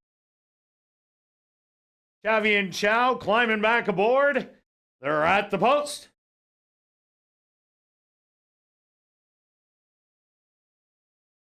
And they're off. Stumbling at the start was I'm a Star. Royal Commando quickly will take over as the early leader. In between horses, Timbers Legacy. 3 wide, Shotgun 1. In the fray early, I'm a Star now takes over. On the rail, settled back, Keystone Cash. About 4 lengths off and Carries Nonios is the early trailer. I'm a Star cuts the opening quarter in 23-2. On the outside, Shotgun 1. Now making a move to engage I'm a Star. Back to 3rd, Royal Commando. Then it's Timbers Legacy, Keystone Cash, and the trailer Carries Nonios. The half 47-1. They hit the head of the lane. On the outside, Shotgun 1. I'm a Star on the inside. She's giving it her all. These 2 battling it out. Coming to the 16th pole. I'm a Star on the inside. On the outside, Shotgun 1. These 2 noses on the wire. Too close to call between I'm a Star and Shotgun 1. Keystone Cash finish in 3rd.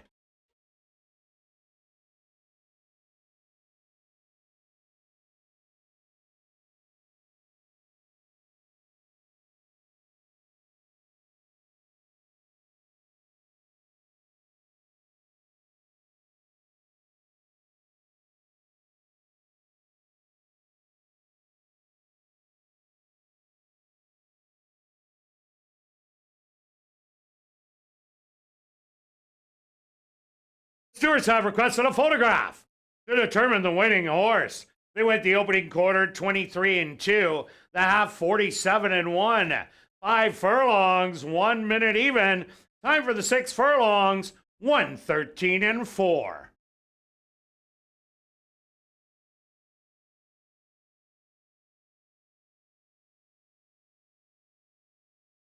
Also, the photo showed the winner number 6, Shotgun 1. Second goes to number 2, I'm a Star. Third to number 7, Keystone Cash. And 4th to number 4, Timbers Legacy.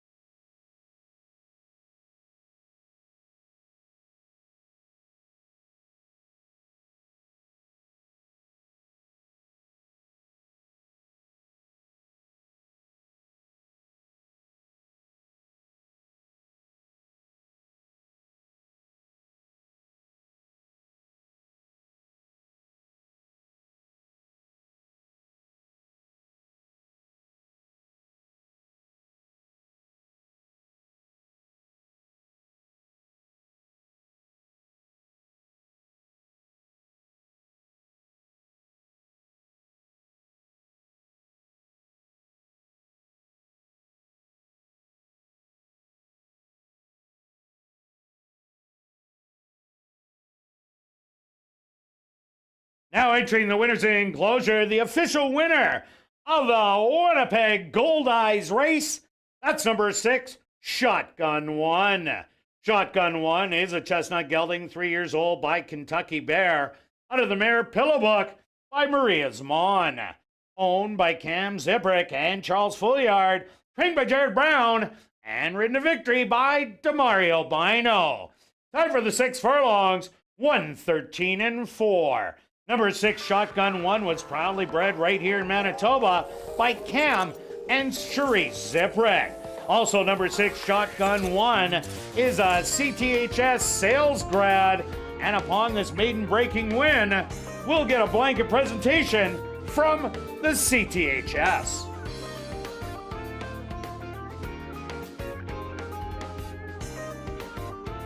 Race 3 is official in the upcoming 4th race.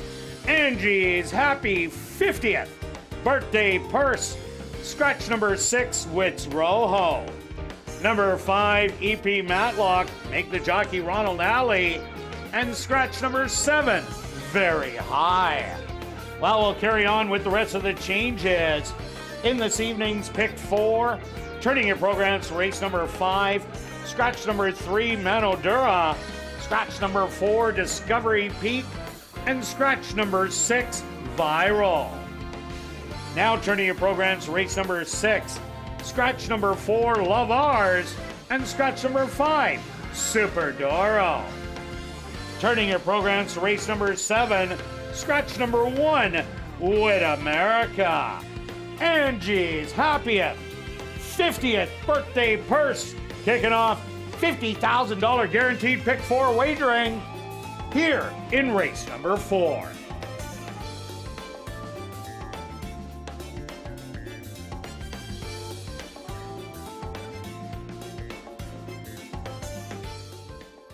And we've drawn our VIP Fan of the Night.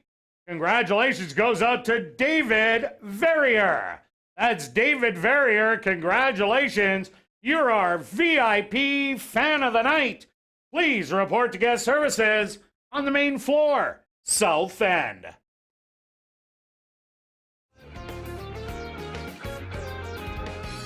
And be sure to join us for the Manitoba Night Market and Festival, which does take place Sunday, July 23rd, featuring food trucks, local artisans, vendors, beer gardens, kids' activities, live music, and much more. Tickets are just $7. 5 and under are free. Go to asdowns.com for more information.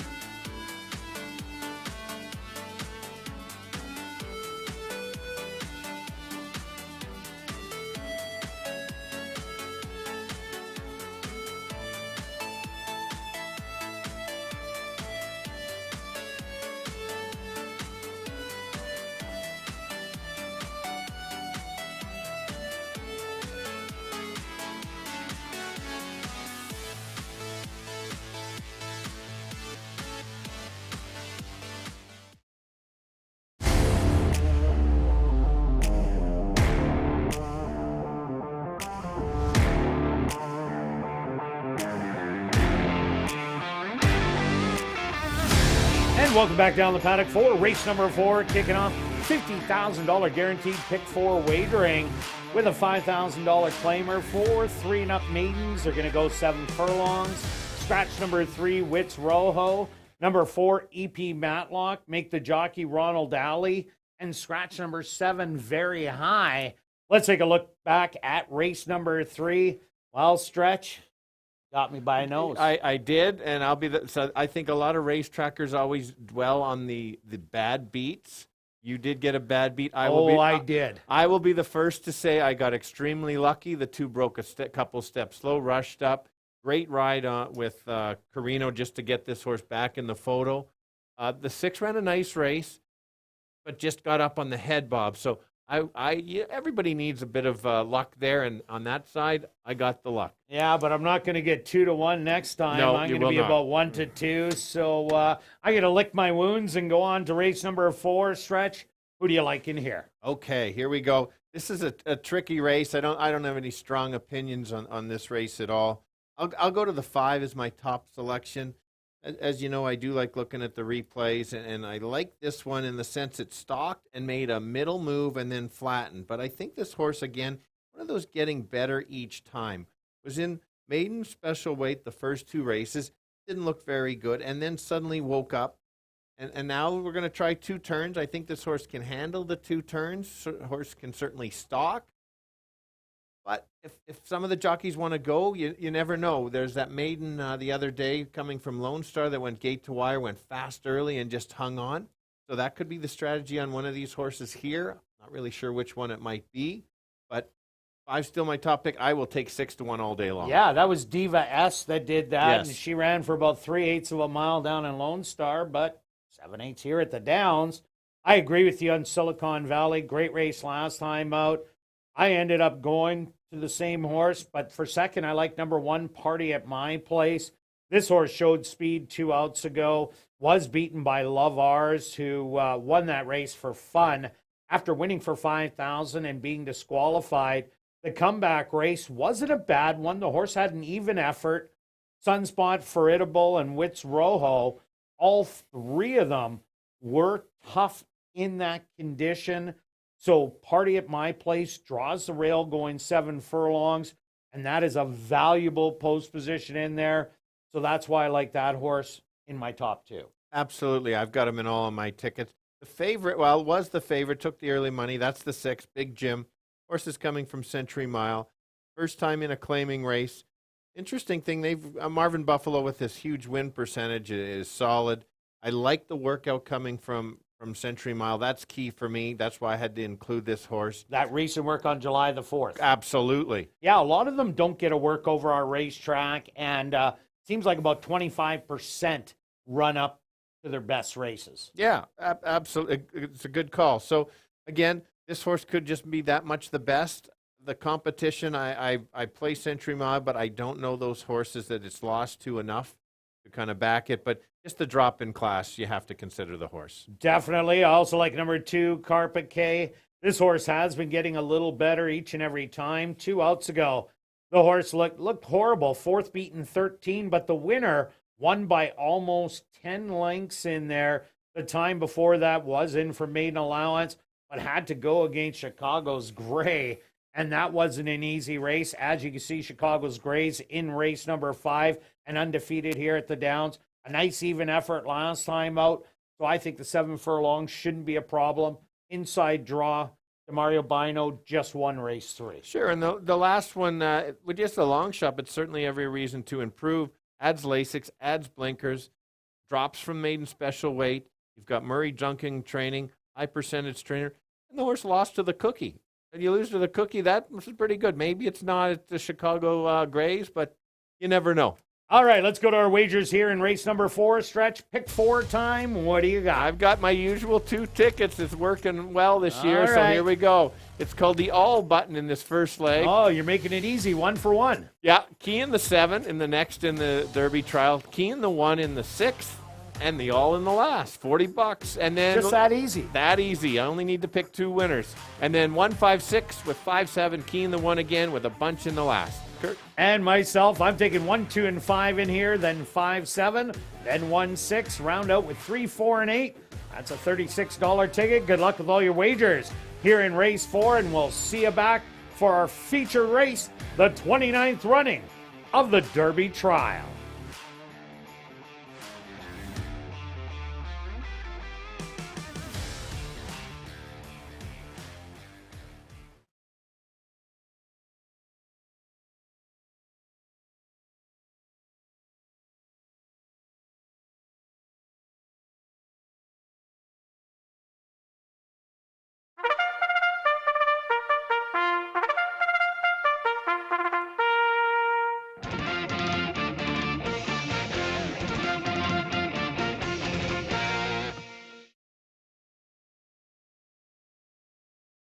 The horses are on the track for race number 4, Angie's Happy 50th Birthday Purse. They're going to go 7 furlongs for $10,000.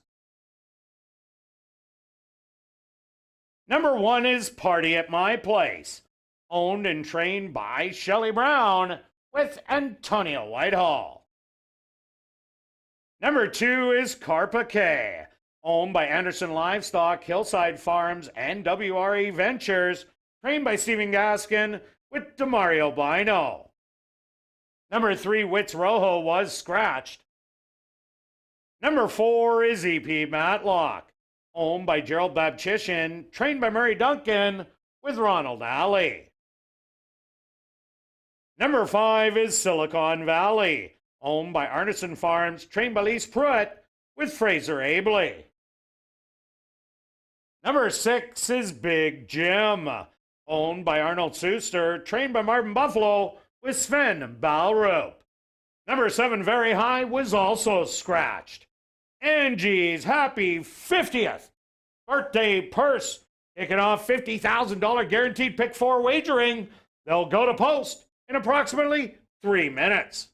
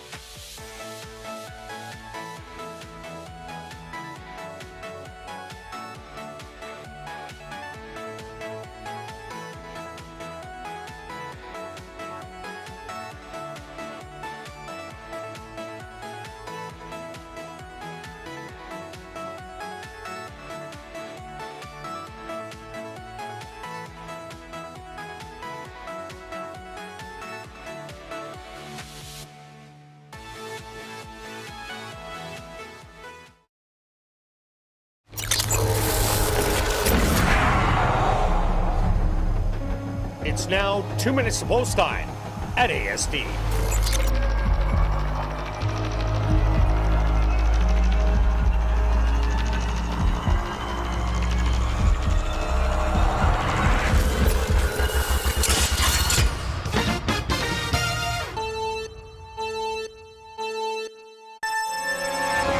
7 furlongs. The race starts right in front of the grandstand and goes around 2 turns. It's another race for horses that have never won a race. This is even trickier than the last. Public's got a big favorite on the 6. I'm going to try to beat the favorite with the 5. This horse has run 3 starts, seems to get better each start. Made a nice middle move last time. Can the horse get the 7 furlongs? That's the question. I'm hoping so. 7-2. The 6 is an invader from Century Mile in Alberta. Has a class. And then the last one on the rail, that's the one. Party at My Place. Could be the speed on the rail. Let's go 5, 6, and 1. Kirt? Yeah, Stretch, I also like number 5, Silicon Valley. Speed's been doing really well, especially around 2 turns last week. And so far, again today, going short. So Silicon Valley, if it makes the front end all alone, could be tough to catch. I also like number 1, Party at My Place. Draws a valuable rail position, has some early speed, so I think we'll have good positioning for the head of the lane. And I like number 2, Carpiquet. A lot of good races last year. Seems to be getting a little better into form, and you're getting good odds at 7-1. I'll give you 5, 1, and 2. Good luck here in race 4.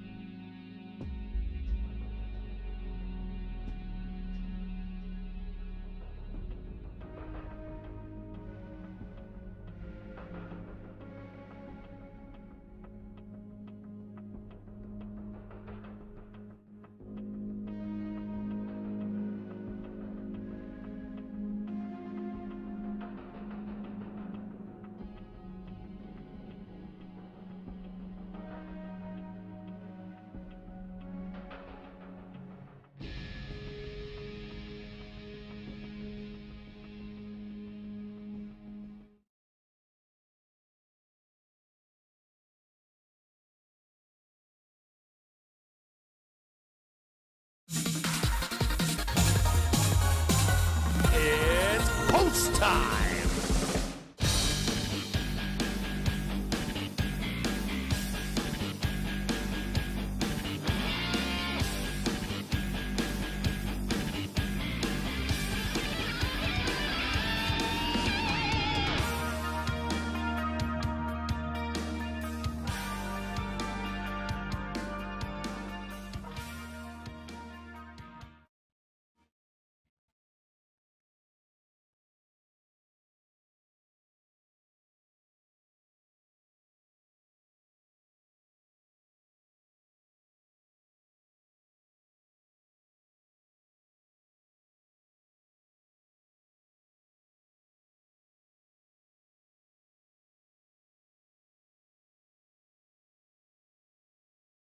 Carpiquet, the first one to go into the starting gate.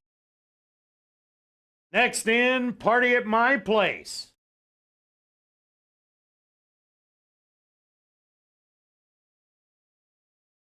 EP Matlock's turn.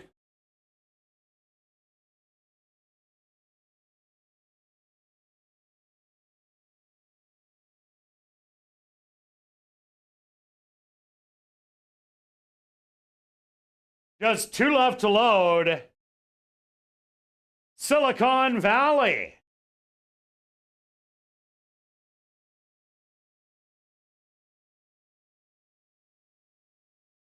And now just waiting on the even money favorite, Big Jim, to the outside. The field is set. They're at the post. And they're off.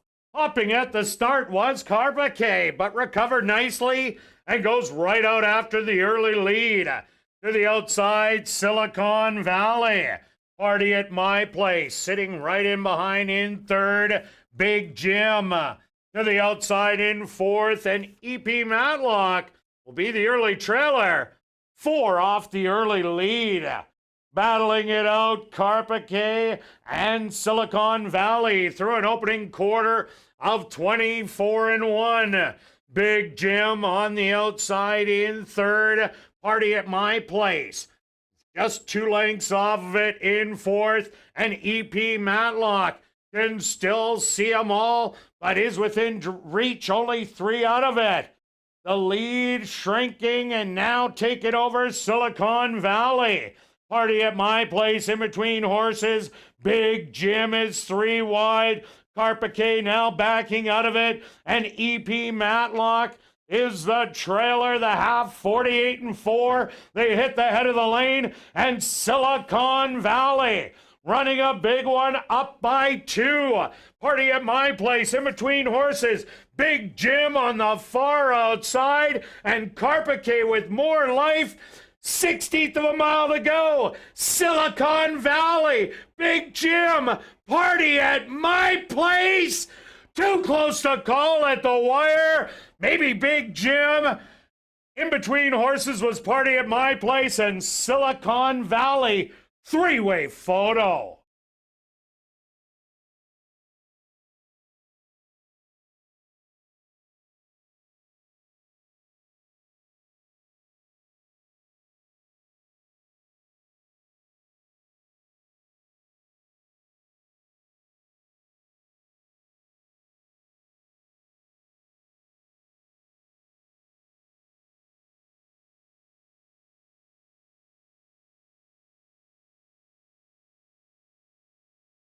Stewards have requested a photograph to determine the winning horse.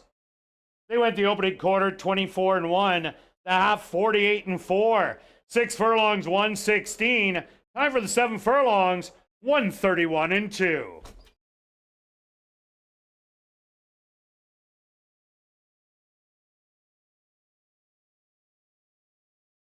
Results of the photo show the winner number 6, Big Jim. Second goes to number 1, Party at My Place. Third to number 5, Silicon Valley. And fourth to number 2, Carpacay.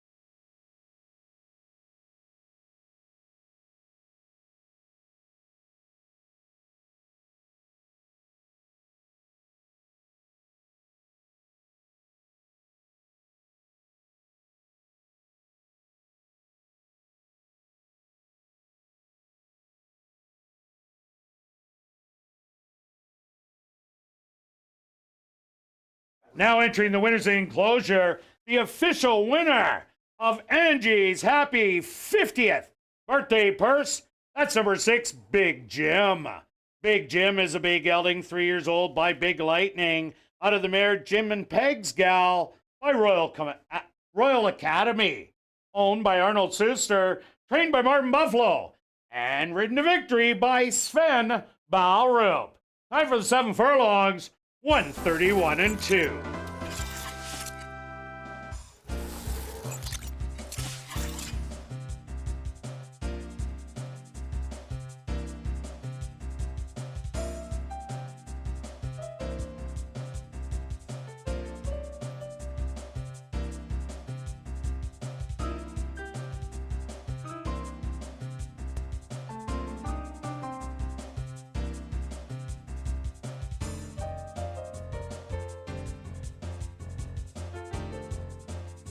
In the upcoming 5th race, the 29th running of the Derby Trial, scratch number 3, Manodura, scratch number 4, Discovery Peak, and scratch number 6, Viral.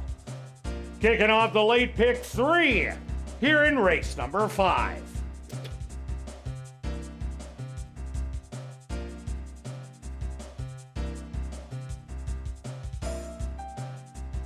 And just a reminder that if you're new to racing, to download the new Dark Horse Bets app. All new account signups receive a free $30 deposit to their account. The Dark Horse Bets app was designed for people new to horse racing, making wagering simple with smart picks predictions available for all races.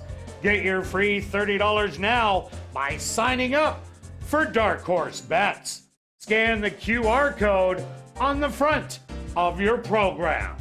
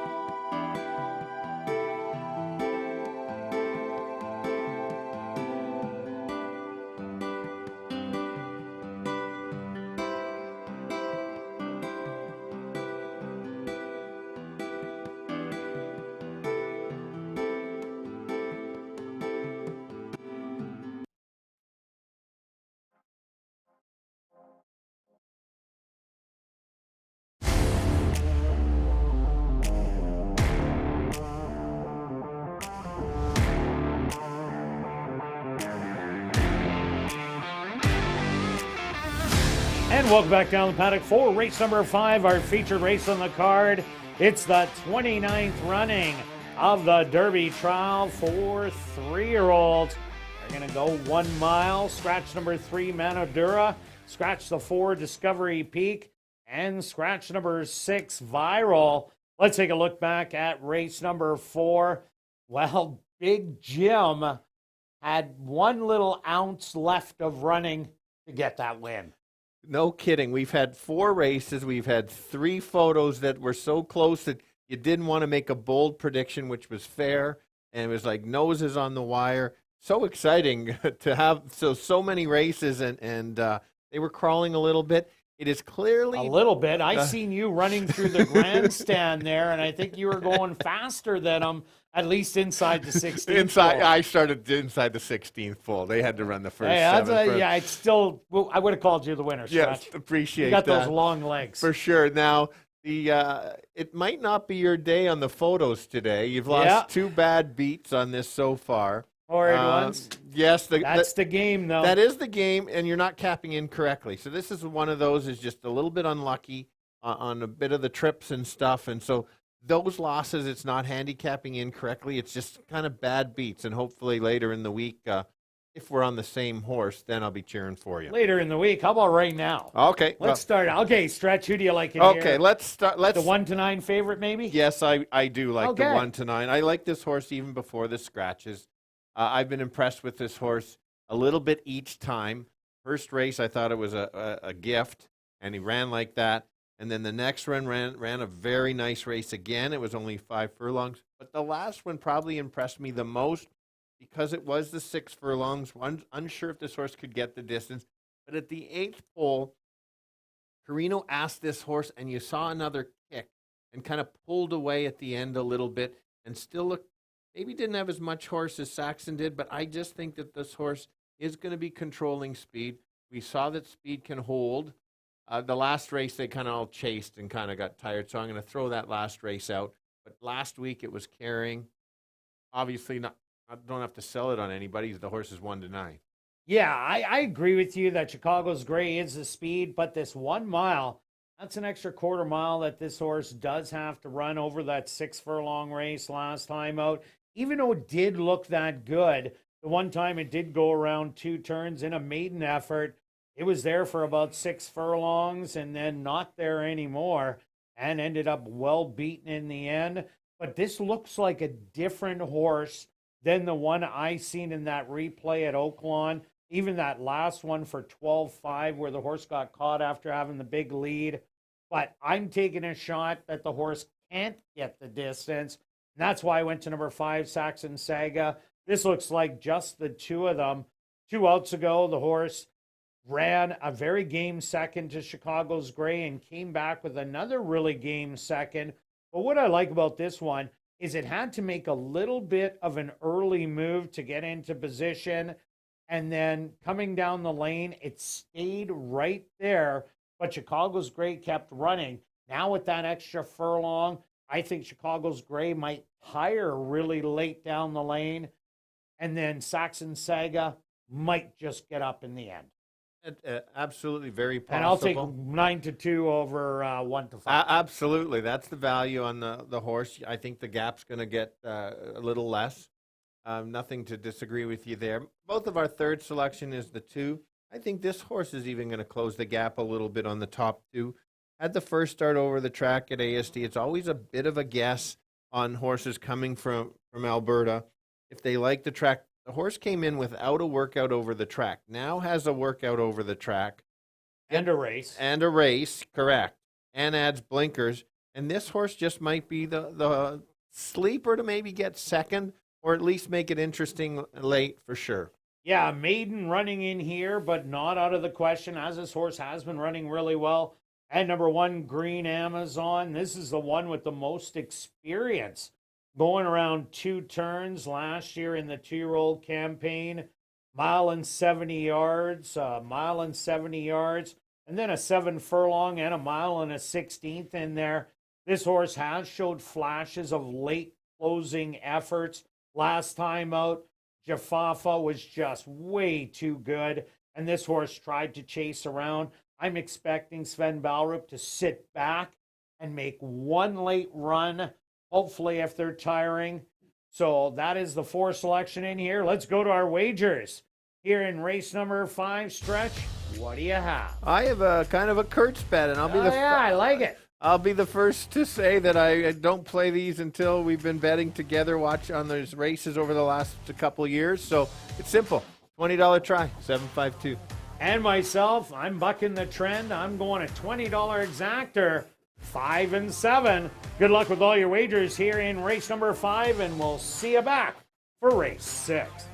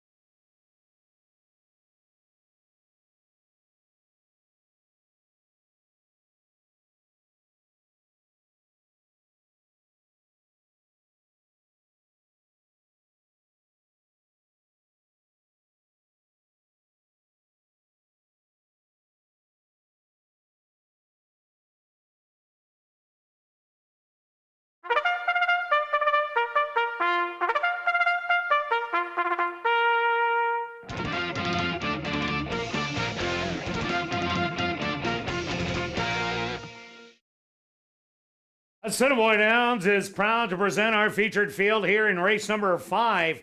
It's the 29th running of the Derby Trial for 3-year-olds. They're going to go 1 mile for $50,000.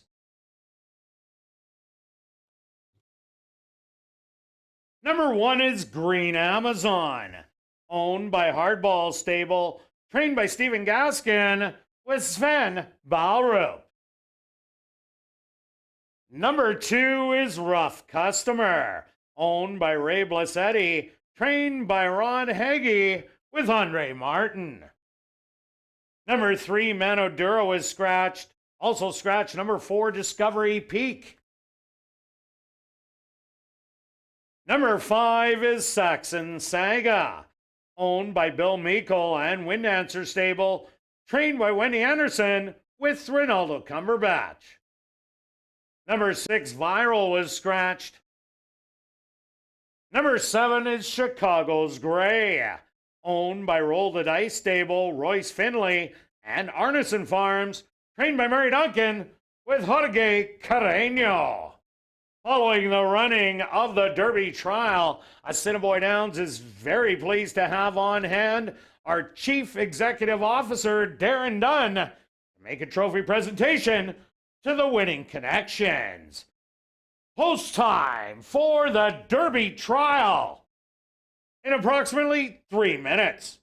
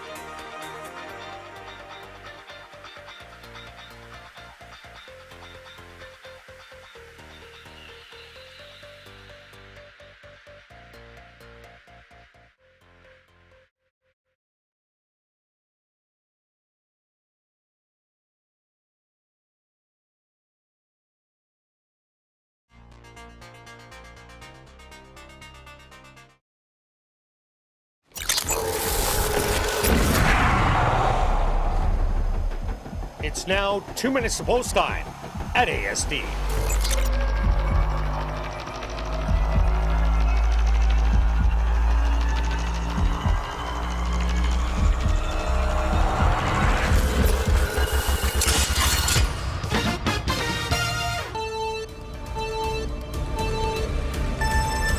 All right, the boys going a mile, which is 8 furlongs in the Derby trial.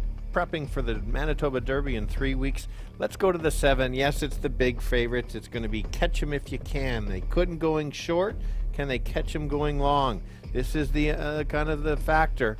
If this horse gets control and just can carry the speed, watch out. He will not get beat. It's just a matter of if he can get the distance. The 5 is the main contender. Should sit just off and try to make a late run at him to try to take over late. It should be those two, but I'll give you 7, 5, and 2. Kirt?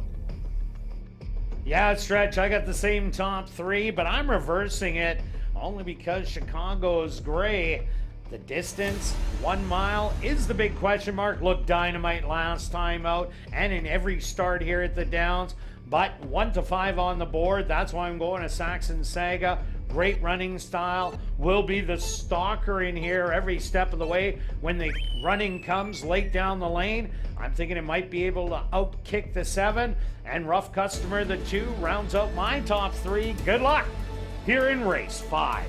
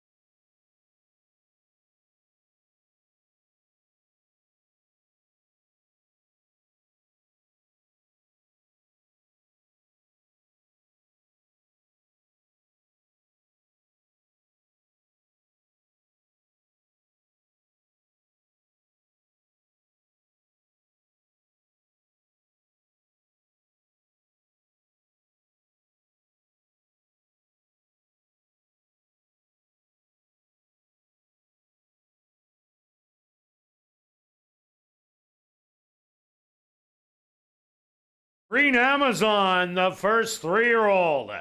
Enter the starting gate. Rough Customer is now in. 2 left to load.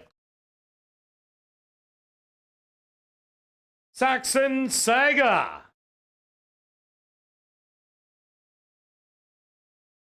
Now just waiting on the overwhelming favorite, Chicago's Gray, to the outside. Green Amazon fractious in the starting gate. Settled down.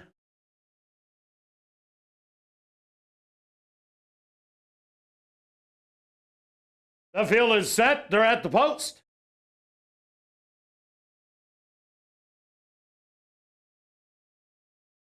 And they're off in the 29th running of the Derby Trial. From the inside, Green Amazon breaks well to the outside, Rough Customer. 3 wide on the outside, Chicago's Gray in an unfamiliar position with the pack now ahead by just a narrow half a length in between horses. That's going to be Rough Customer tucked in on the rail. Green Amazon taking the wide route, Chicago's Gray, and Saxon Saga now makes it 4 across the track. The opening quarter, 23-2. Chicago's Gray with the half-length lead. Saxon Saga on the inside, a gap of 2 lengths back. Green Amazon and Rough Customer. They're also running a pair, a hot half mile. 47-3. Saxon Saga puts a nose in front. Chicago's Gray battling on the outside.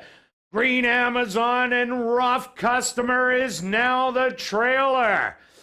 3/4, 112-4. They hit the head of the lane. Saxon Saga now takes over the lead by 2. On the inside, Green Amazon, Rough Customer, Chicago's Gray is done for the day. Saxon Saga is gonna take the 29th running of the Derby Trial. Green Amazon wins the bob for second. Third's going to go to Rough Customer. And fourth to Chicago's Gray.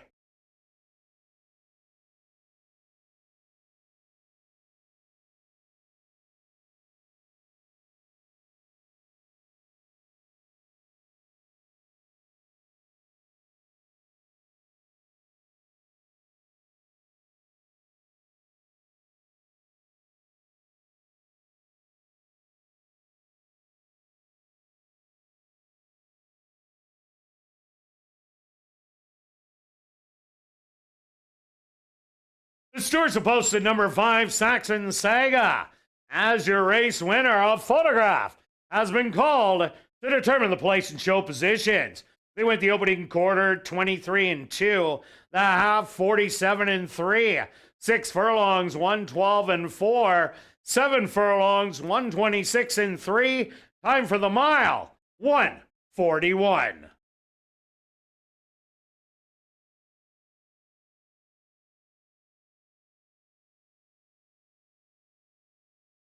Results of the photo show number 1, Green Amazon finished in second, number 2, Rough Customer third, and number 7, Chicago's Gray finished in fourth.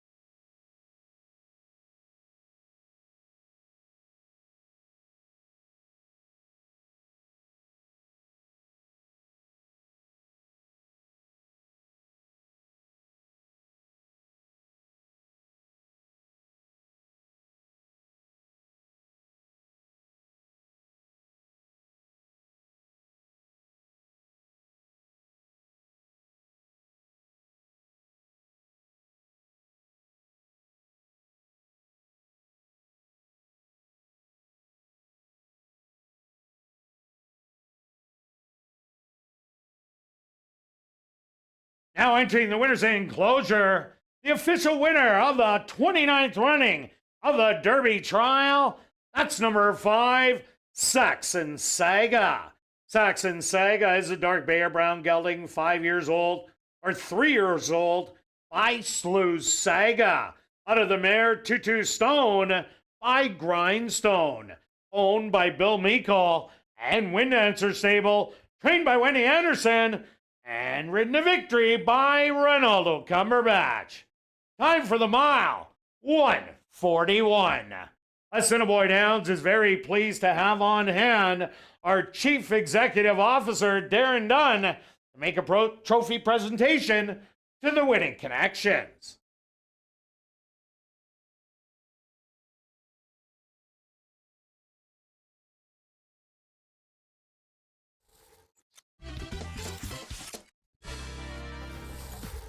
Race 5 is official in the upcoming 6th race.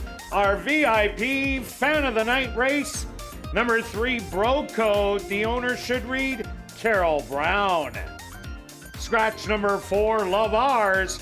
And scratch number 5, Super Doro.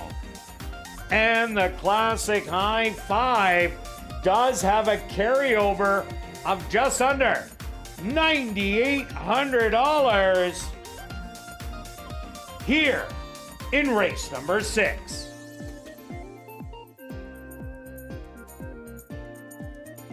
And just a reminder to get your TC East tickets for our new weekly draw. The Progressive Jackpot is guaranteed at $5,000 if you pick the Ace of Diamonds. Tickets start at $5 and are available online at asdowns-cta.com or in person at Guest Services or the VLT Cashier's Cage on the 2nd level.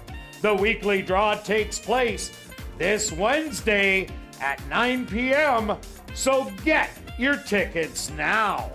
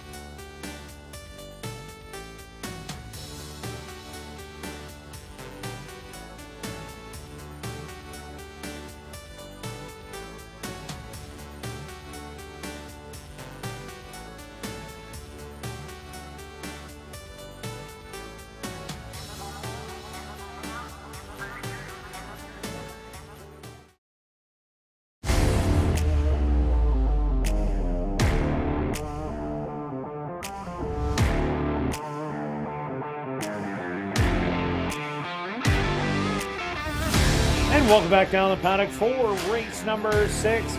Classic high five time. That carryover just under $9,800. Number 3 broke code. The owner Carol Brown scratched the 4 Love Ours and scratched the 5 Super Doro. Let's take a look back at the Derby trial. Saxon Saga, well, took advantage of Chicago's Gray. Maybe he was getting ready for the Derby, went 1 1/8 miles, 6 wide every step of the way.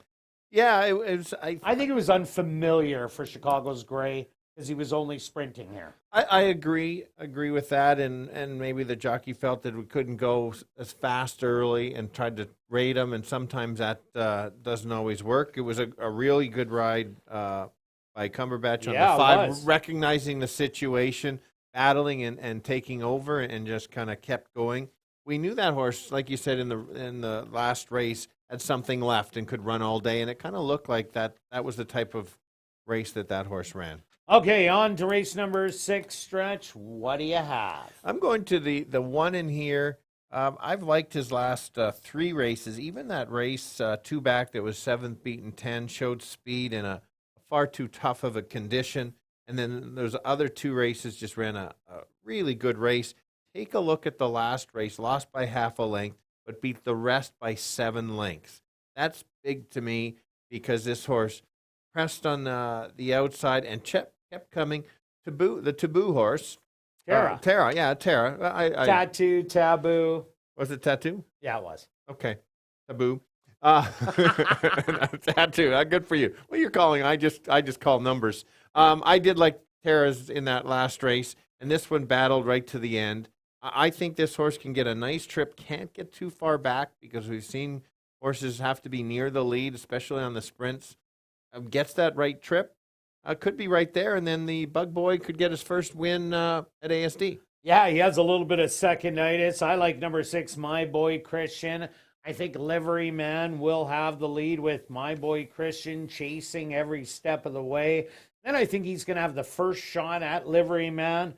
Goes on by, an unusual account comes running at him late. This horse ran a good race against Pioneer Town, who broke the maiden by 9 lengths, then went in a tougher class, dropped back down, and got the win in there.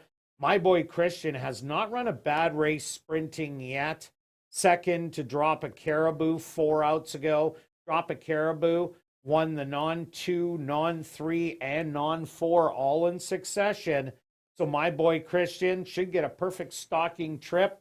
Ronaldo Cumberbatch just won the last one. Big chance. Yep, agree with you. That was my second selection. The 3 is my long shot in here. Bro Code was running at Lethbridge, but if you look at the races last year, has always been in the mix. Isn't the win type, but you're looking for somebody to help make the try or the high 5 pay. This is my horse in here. Sits just back, makes a late close, has been racing already, so will be in race shape. Another horse to look at, number 7, Livery Man. I think this is the speed of the race. Had to bang it out last time out and ended up tiring. But the winner did win by 5, only was a length of 3/4 out of second. The distance is the question mark. The horse has been only going 5.5 and 5, yet to go 6, but the horse can come off the pace. And if that does happen, is very valuable in here. For sure. And the last one that got bet down last time, first time over the surface and first time this year was the 2. Showed speed, kind of chased. As I say, broke slow. Carino recognized that he couldn't get the lead. You look back, this horse also can show speed. I like second start off. I like that the cutback. Don't leave this horse out in the mix. Like I said, this is a high 5 race, only 6 of them, but nice carryover. Yeah, and the 8 Moses on Main was a winner 2 outs ago when Love Ours was disqualified. Came back last time, broke slow, lost all chance.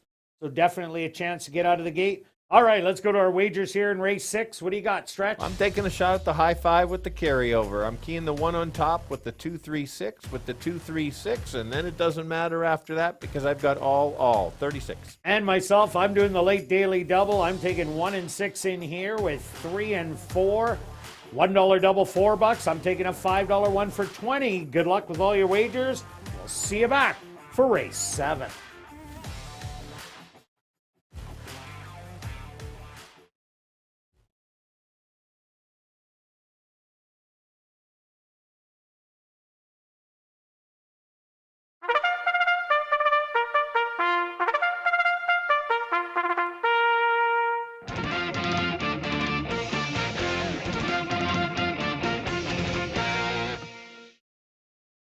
horse on the track for race number 6, our VIP Fan of the Night race.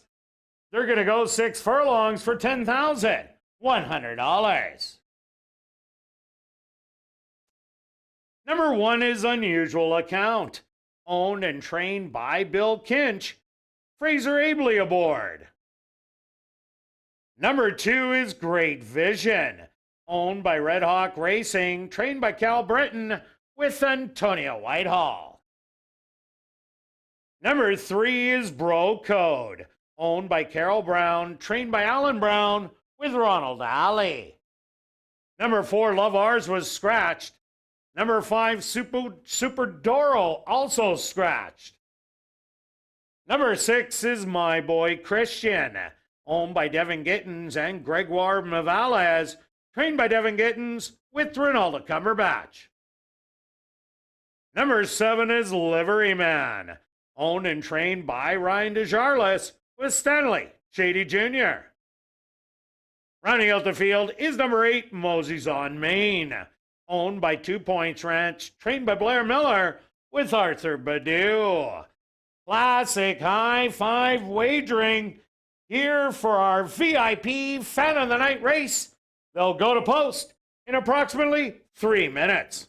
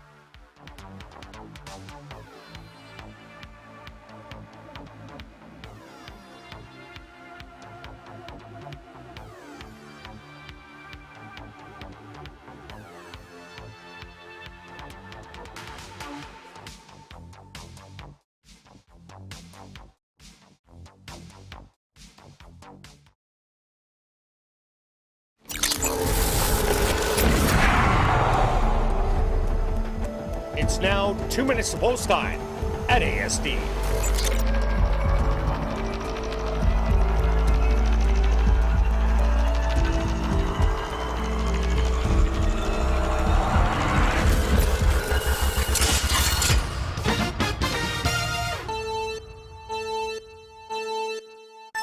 All right, here we go. The boys going 6 furlongs for horses that have not won 2 races lifetime. I'm going to start at the 1. Happens to be the lukewarm favorite. This horse is cutting back from a longer distance. 2 back was running a tough condition. Last time beat the rest this type of field by 7. I think this is his race to lose. Gets the right trip on the rail and hopefully gets through late to take over. 6 is obviously a contender. How about a long shot to help it make it pay? That's the 3. Bro Code will sit just off the pace and try to make a late run, going off at 11-1. I'll give you 1, 6, and 3. Kirt. Yeah, Stretch, I'm with you on the top 2. I like the 6 horse. My Boy Christian has good speed. Should be stalking number 7, Livery Man. But if the 7 doesn't go, 6 could be all alone on the front end. The 1, Unusual Account's been running so huge lately. Definitely deserves to be the favorite at 3-2. And my long shot is number 7, Livery Man. Doesn't have to go to the lead. Has been able to come off the pace in the past. So I'm giving you 6, 1, and 7. Good luck here in race 6.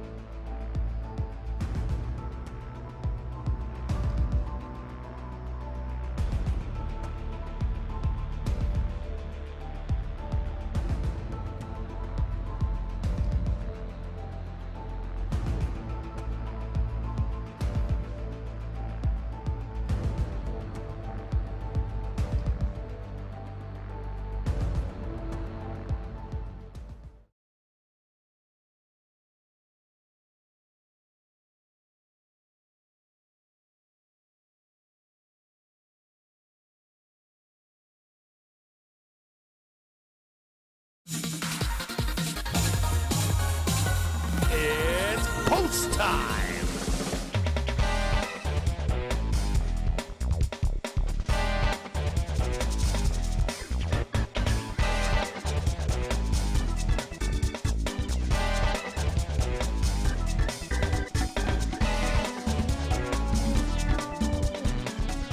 Usual account, the 6-5 favorite, first into the starting gate.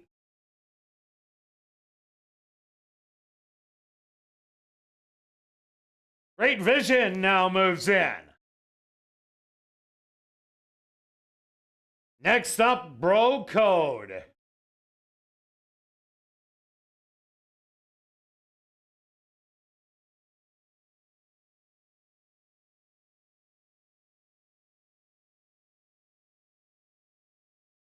Bro Code getting a little help from the gate crew.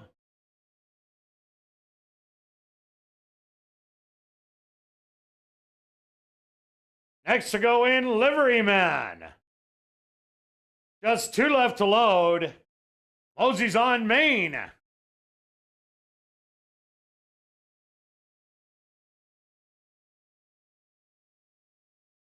And just waiting on My Boy Christian.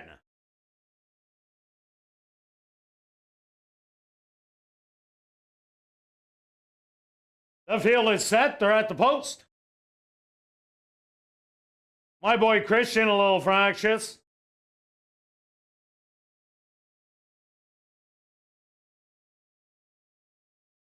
And they're off. Breaking a little slow was My Boy Christian. Liveryman quickly goes out to grab the early lead by a length. Unusual Account settled in second. Great Vision to the outside in third. Mosey's on main in fourth. Another link back to My Christian and well back to Bro Code. It's about 14 off the leader. The opening quarter, 22-3. And Liveryman about to get company as Great Vision now moves in between horses. 4 wide, My Boy Christian with Mosey's on main in between horses. Unusual Account is back to 5th. The half 46-4. They hit the head of the lane. On the outside, My Boy Christian. Unusual Account has found legs late. Unusual Account, My Boy Christian. A 16th of a mile to go. And Fraser Abley gets up with Unusual Account for the win. My Boy Christian is second. Third's going to go to Moses on main. Fourth to Great Vision. And fifth to Liveryman.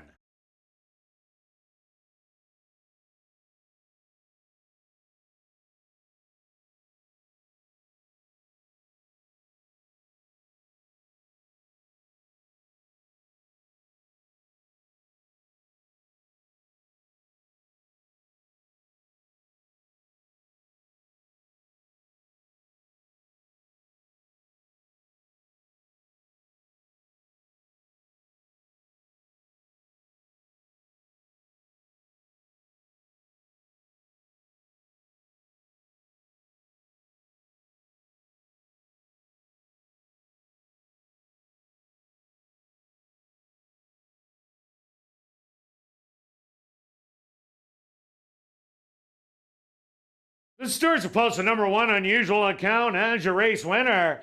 Second goes to number 6, My Boy Christian. Third to number 8, Moses on main.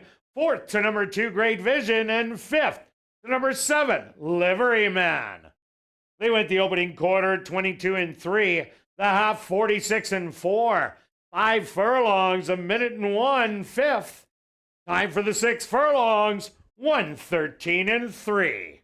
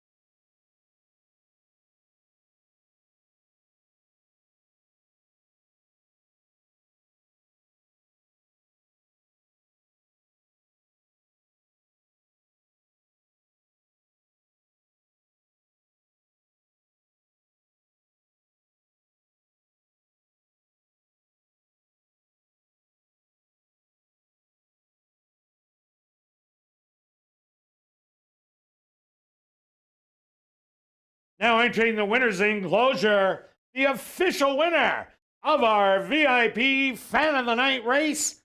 That's number 1, Unusual Account. Unusual Account is a chestnut gelding, 4 years old, by Capital Account, out of the mare Craving the Heat by Unusual Heat. Owned and trained by Bill Kinch, and ridden to victory by Fraser A. Blair. Time for the 6 furlongs, 1:13 3.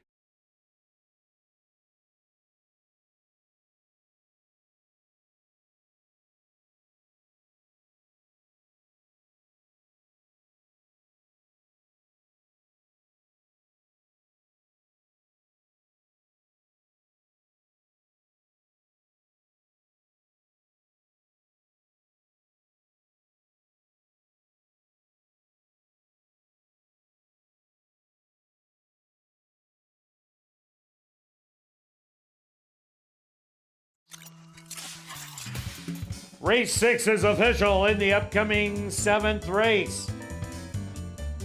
Another classic high five race. Scratch number 1, Win America.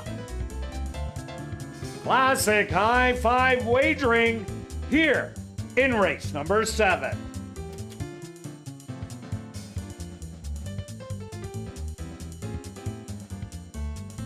Well, after the final race, be sure to head up to the clubhouse where our popular Crazy Hour kicks in. Beer, shots, and wine, just $4.75 and 25% off all appetizers. Plus 140 VLTs ready for action until 1 a.m.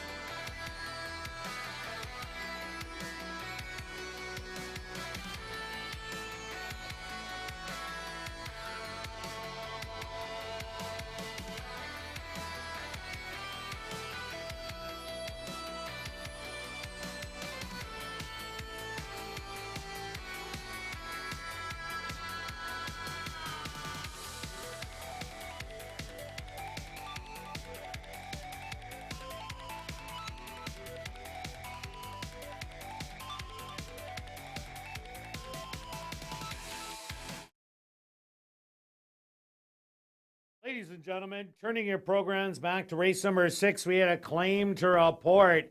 Claim for $5,000 was number 6, My Boy Christian, claimed by Unity Racing Stable trainer Michael Rowe.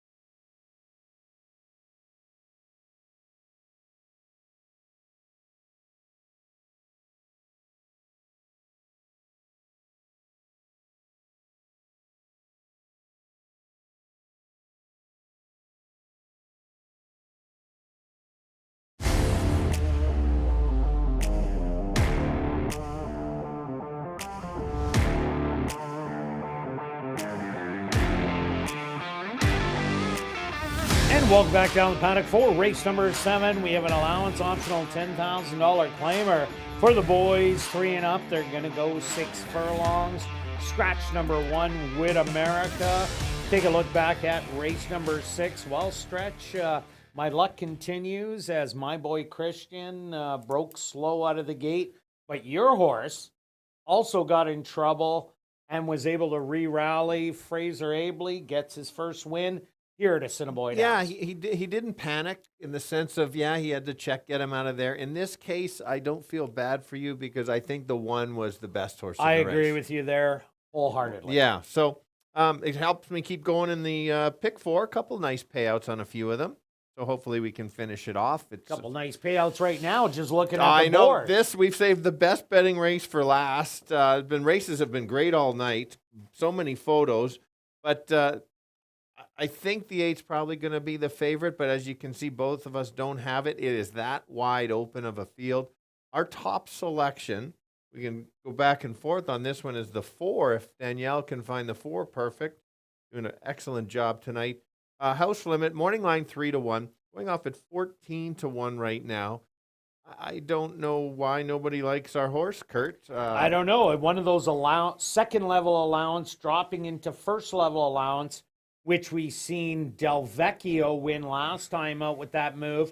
And even the 2 Unbroken Star made that exact same move and got the win. Correct. And that last race is a really good race against Quintasol.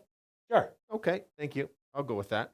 That's a stake horse. We're going to see. That horse will be back. I should be back. If not running here in a stake race, we'll be at Century Mile. This horse should be right there close. Gavian should just be stalking or even press a little bit. This horse has the talent. Has been dueling with some stake horses. You look at last year, how good this horse ran. I just like this horse on class. You get a class relief. The figures are there. It is still my top selection. And at 13-1, I'll take that all day long. Yeah, I agree with you. Look at this horse last year at this level. Ran it twice. And both of them were winning efforts, winning by a length. And then going 7 furlongs and easily winning by 5.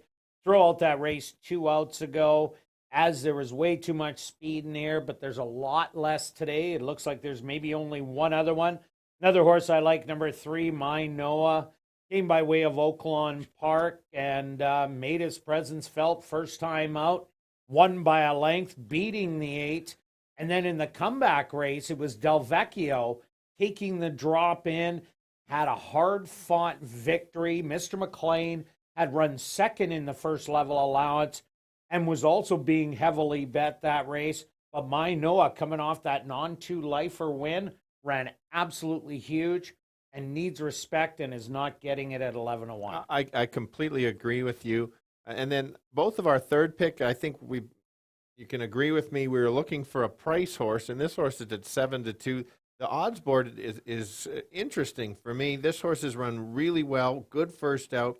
Has a couple workouts since the last race.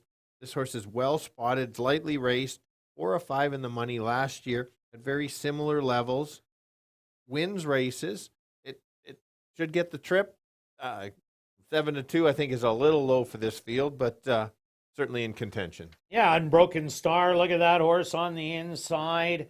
Had only 2 starts here. The first one a little lackluster, but the comeback race was absolutely dynamite. Battled throughout, drew off to win by 2, beat a couple horses that are in here that are getting a little more respect than he has. He had some good races at Turf Paradise. Doesn't need to go to the lead. Is one of those horses you can go either way, and drawing the inside, big shot. Oh, I absolutely like that horse as well. Let's talk about the favorite, Jeff Fafa. Jeff FF? What are we going with? What are we Jeff Fafa. Okay, that's what we're going to go with today. One has Not in the race, though. Not in the race. No, that'd be tough. This horse has won its 2 races by 10 lengths. Very game, is going up in class, so be careful on this one.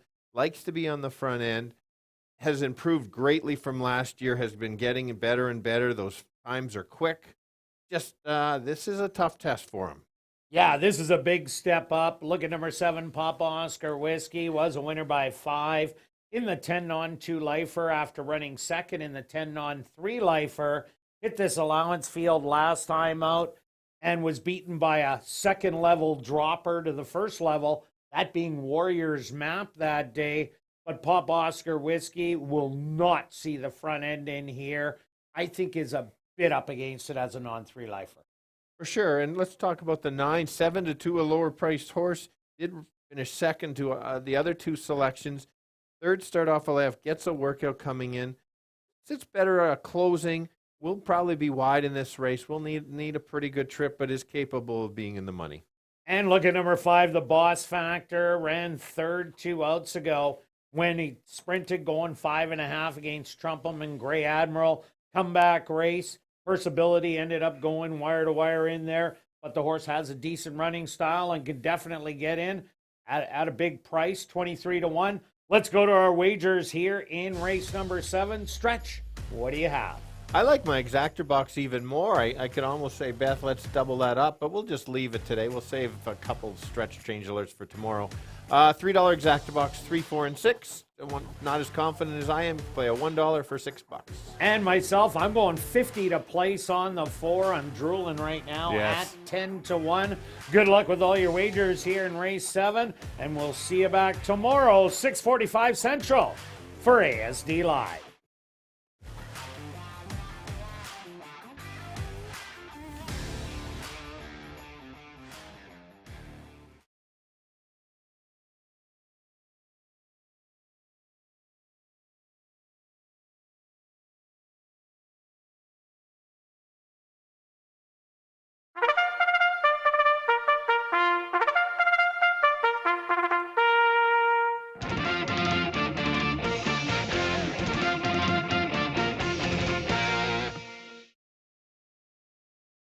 The horse are on the track for race number 7. They're going to go 6 furlongs for $16,500.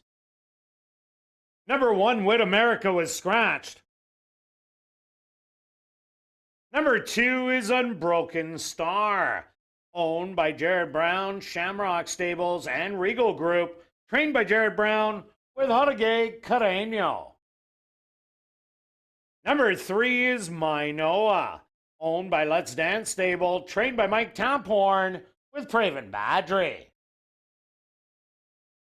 Number 4 is House Limit, owned and trained by Elton Dickey with Xavi and Chow.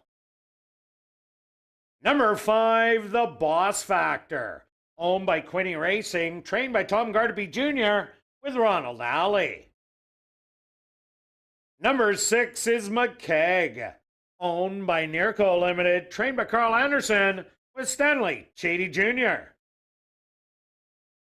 Number 7 is Papa Oscar Whiskey, owned by Marvin and Deb Buffalo, trained by Marvin Buffalo with Sven Baalrup. Number 8 is Jeff Fafa, owned by Pierre Esquirol, trained by Wendy Anderson with Demario Bino. Rounding out the field is number 9, In the Deep, owned by Jerry Gowdy and Rick Wise, trained by Rick Wise with Antonio Whitehall. Classic high five wagering here in race number 7. They'll go to post in approximately 3 minutes.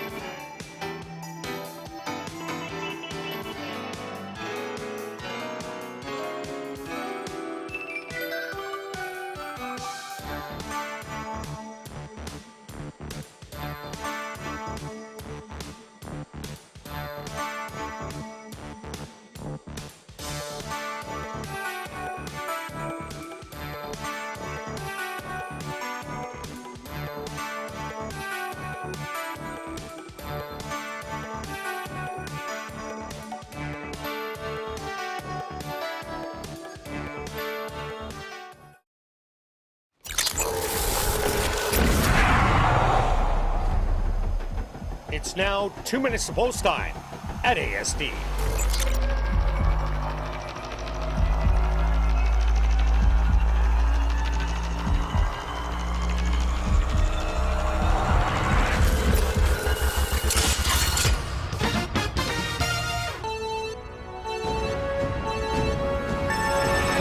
Boys closing out, going 6 furlongs in a very competitive race. I'm going to try to beat the favorite here. I'm going to the 4 horse at 9-1.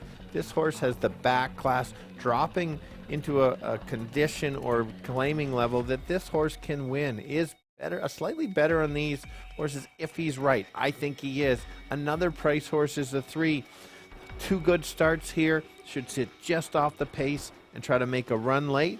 And a horse starting to become a long shot, that's the 6. This horse is just always in the money. Good show bet there for you. Let's go 4, 3, and 6 to close the night out. Kirt? Yeah, Stretch, I'm with you. A lot of value here. House limit. A lot of winners have came from the second level allowance, dropping to the first level. Only ran 1 bad race this year, and that was 2 outs ago. And this is much easier than that one. The 3 horse Minoa ran huge last time out, lost to one of those second level droppers to the first, and the horse Mr. McLean that ran 3rd ran 2nd to Big Nick, who's won stakes races since. And I also like McKeag. That was a great debut race. So I'm going to give you 4, 3, and 6 also. Good luck here in race 7.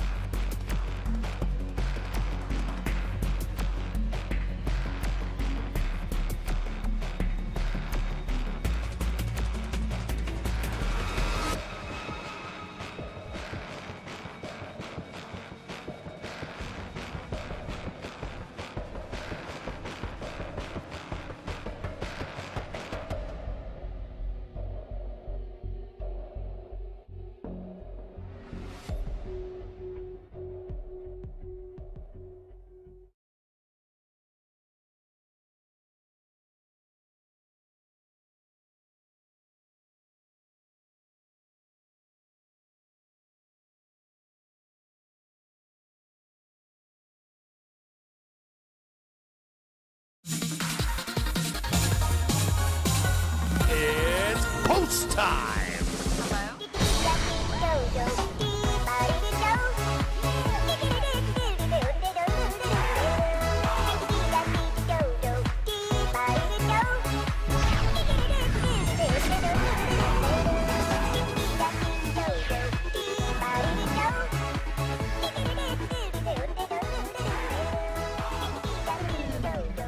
Unbroken Star, the first one into the starting gate. Next up, My Noah.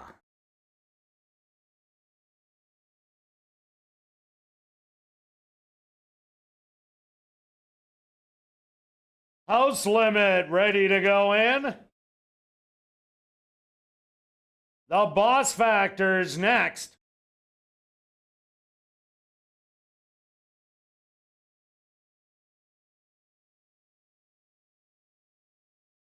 McKeag walks right in.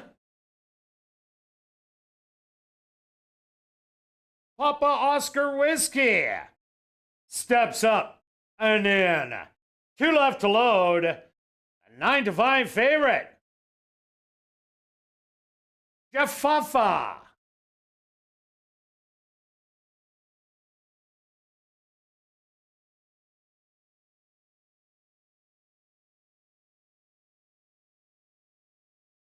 And just waiting on In the Deep to the outside.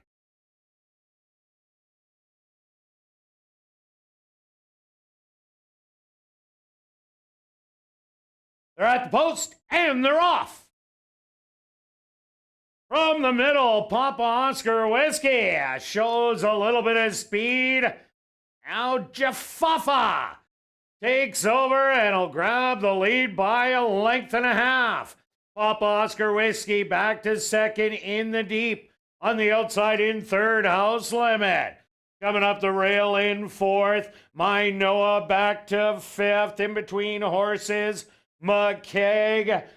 And also right there trying to make up ground, the Boss Factor. And well back to Unbroken Star. Jaffafa cuts the opening quarter in 23-1 and powers up, is now in the lead by 5. The half, 46 seconds, they hit the head of the lane, and Jaffafa all by himself. My Noah is gonna try and run him down from here on the rail. House Limit. Jaffafa, 16th of a mile to go. My Noah, big strides on the outside, but just too late. Jaffafa is going to take it. Second of My Noah. McKeag ran third. Close for fourth and fifth between House Limit and In the Deep.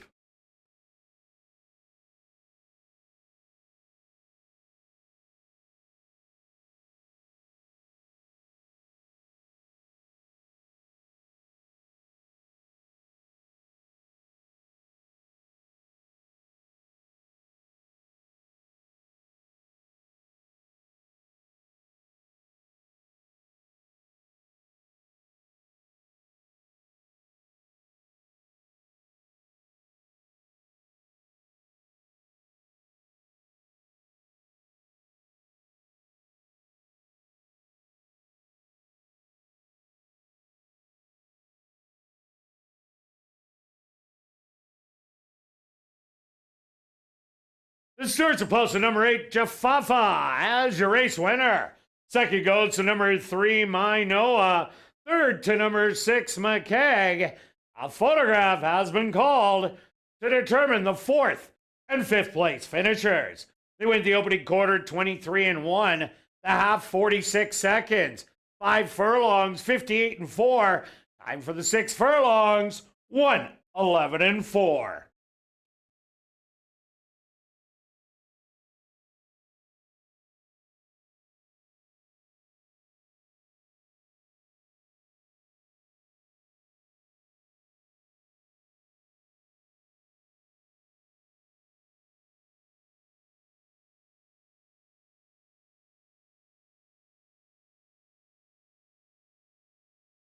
Results of the photo show number 9, In the Deep, finishing 4th. Number 4, House Limit, was 5th.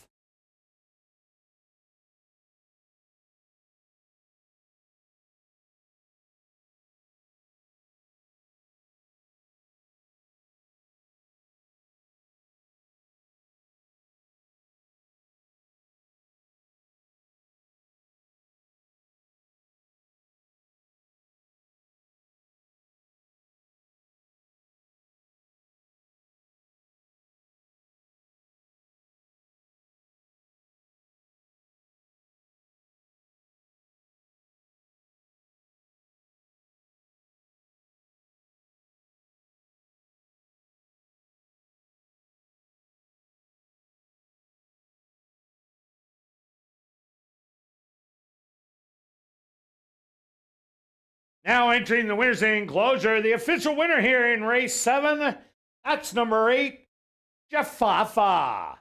Jafafa is a chestnut gelding, 4 years old, by competitive edge, out of the mare Alamana Drive by Awesome Again. Owned by Pierre Esquirrel, trained by Wendy Anderson, and ridden to victory by Demario Bino. Time for the 6 furlongs, 1:11:4. Congratulations goes out to trainer Wendy Anderson, who scores the double. Also, jockey Demario Bino, he gets the double. 2 wins for trainer Wendy Anderson and 2 wins for jockey Demario Bino. Well, now it's time to head up to the clubhouse to enjoy Crazy Hour on the second level. Beer, shots, and wine, $4.75 and 25% off all appetizers. Racing resumes tomorrow and Wednesday at 7:30. See you then. But for those on hand, head up to the clubhouse for Crazy Hour.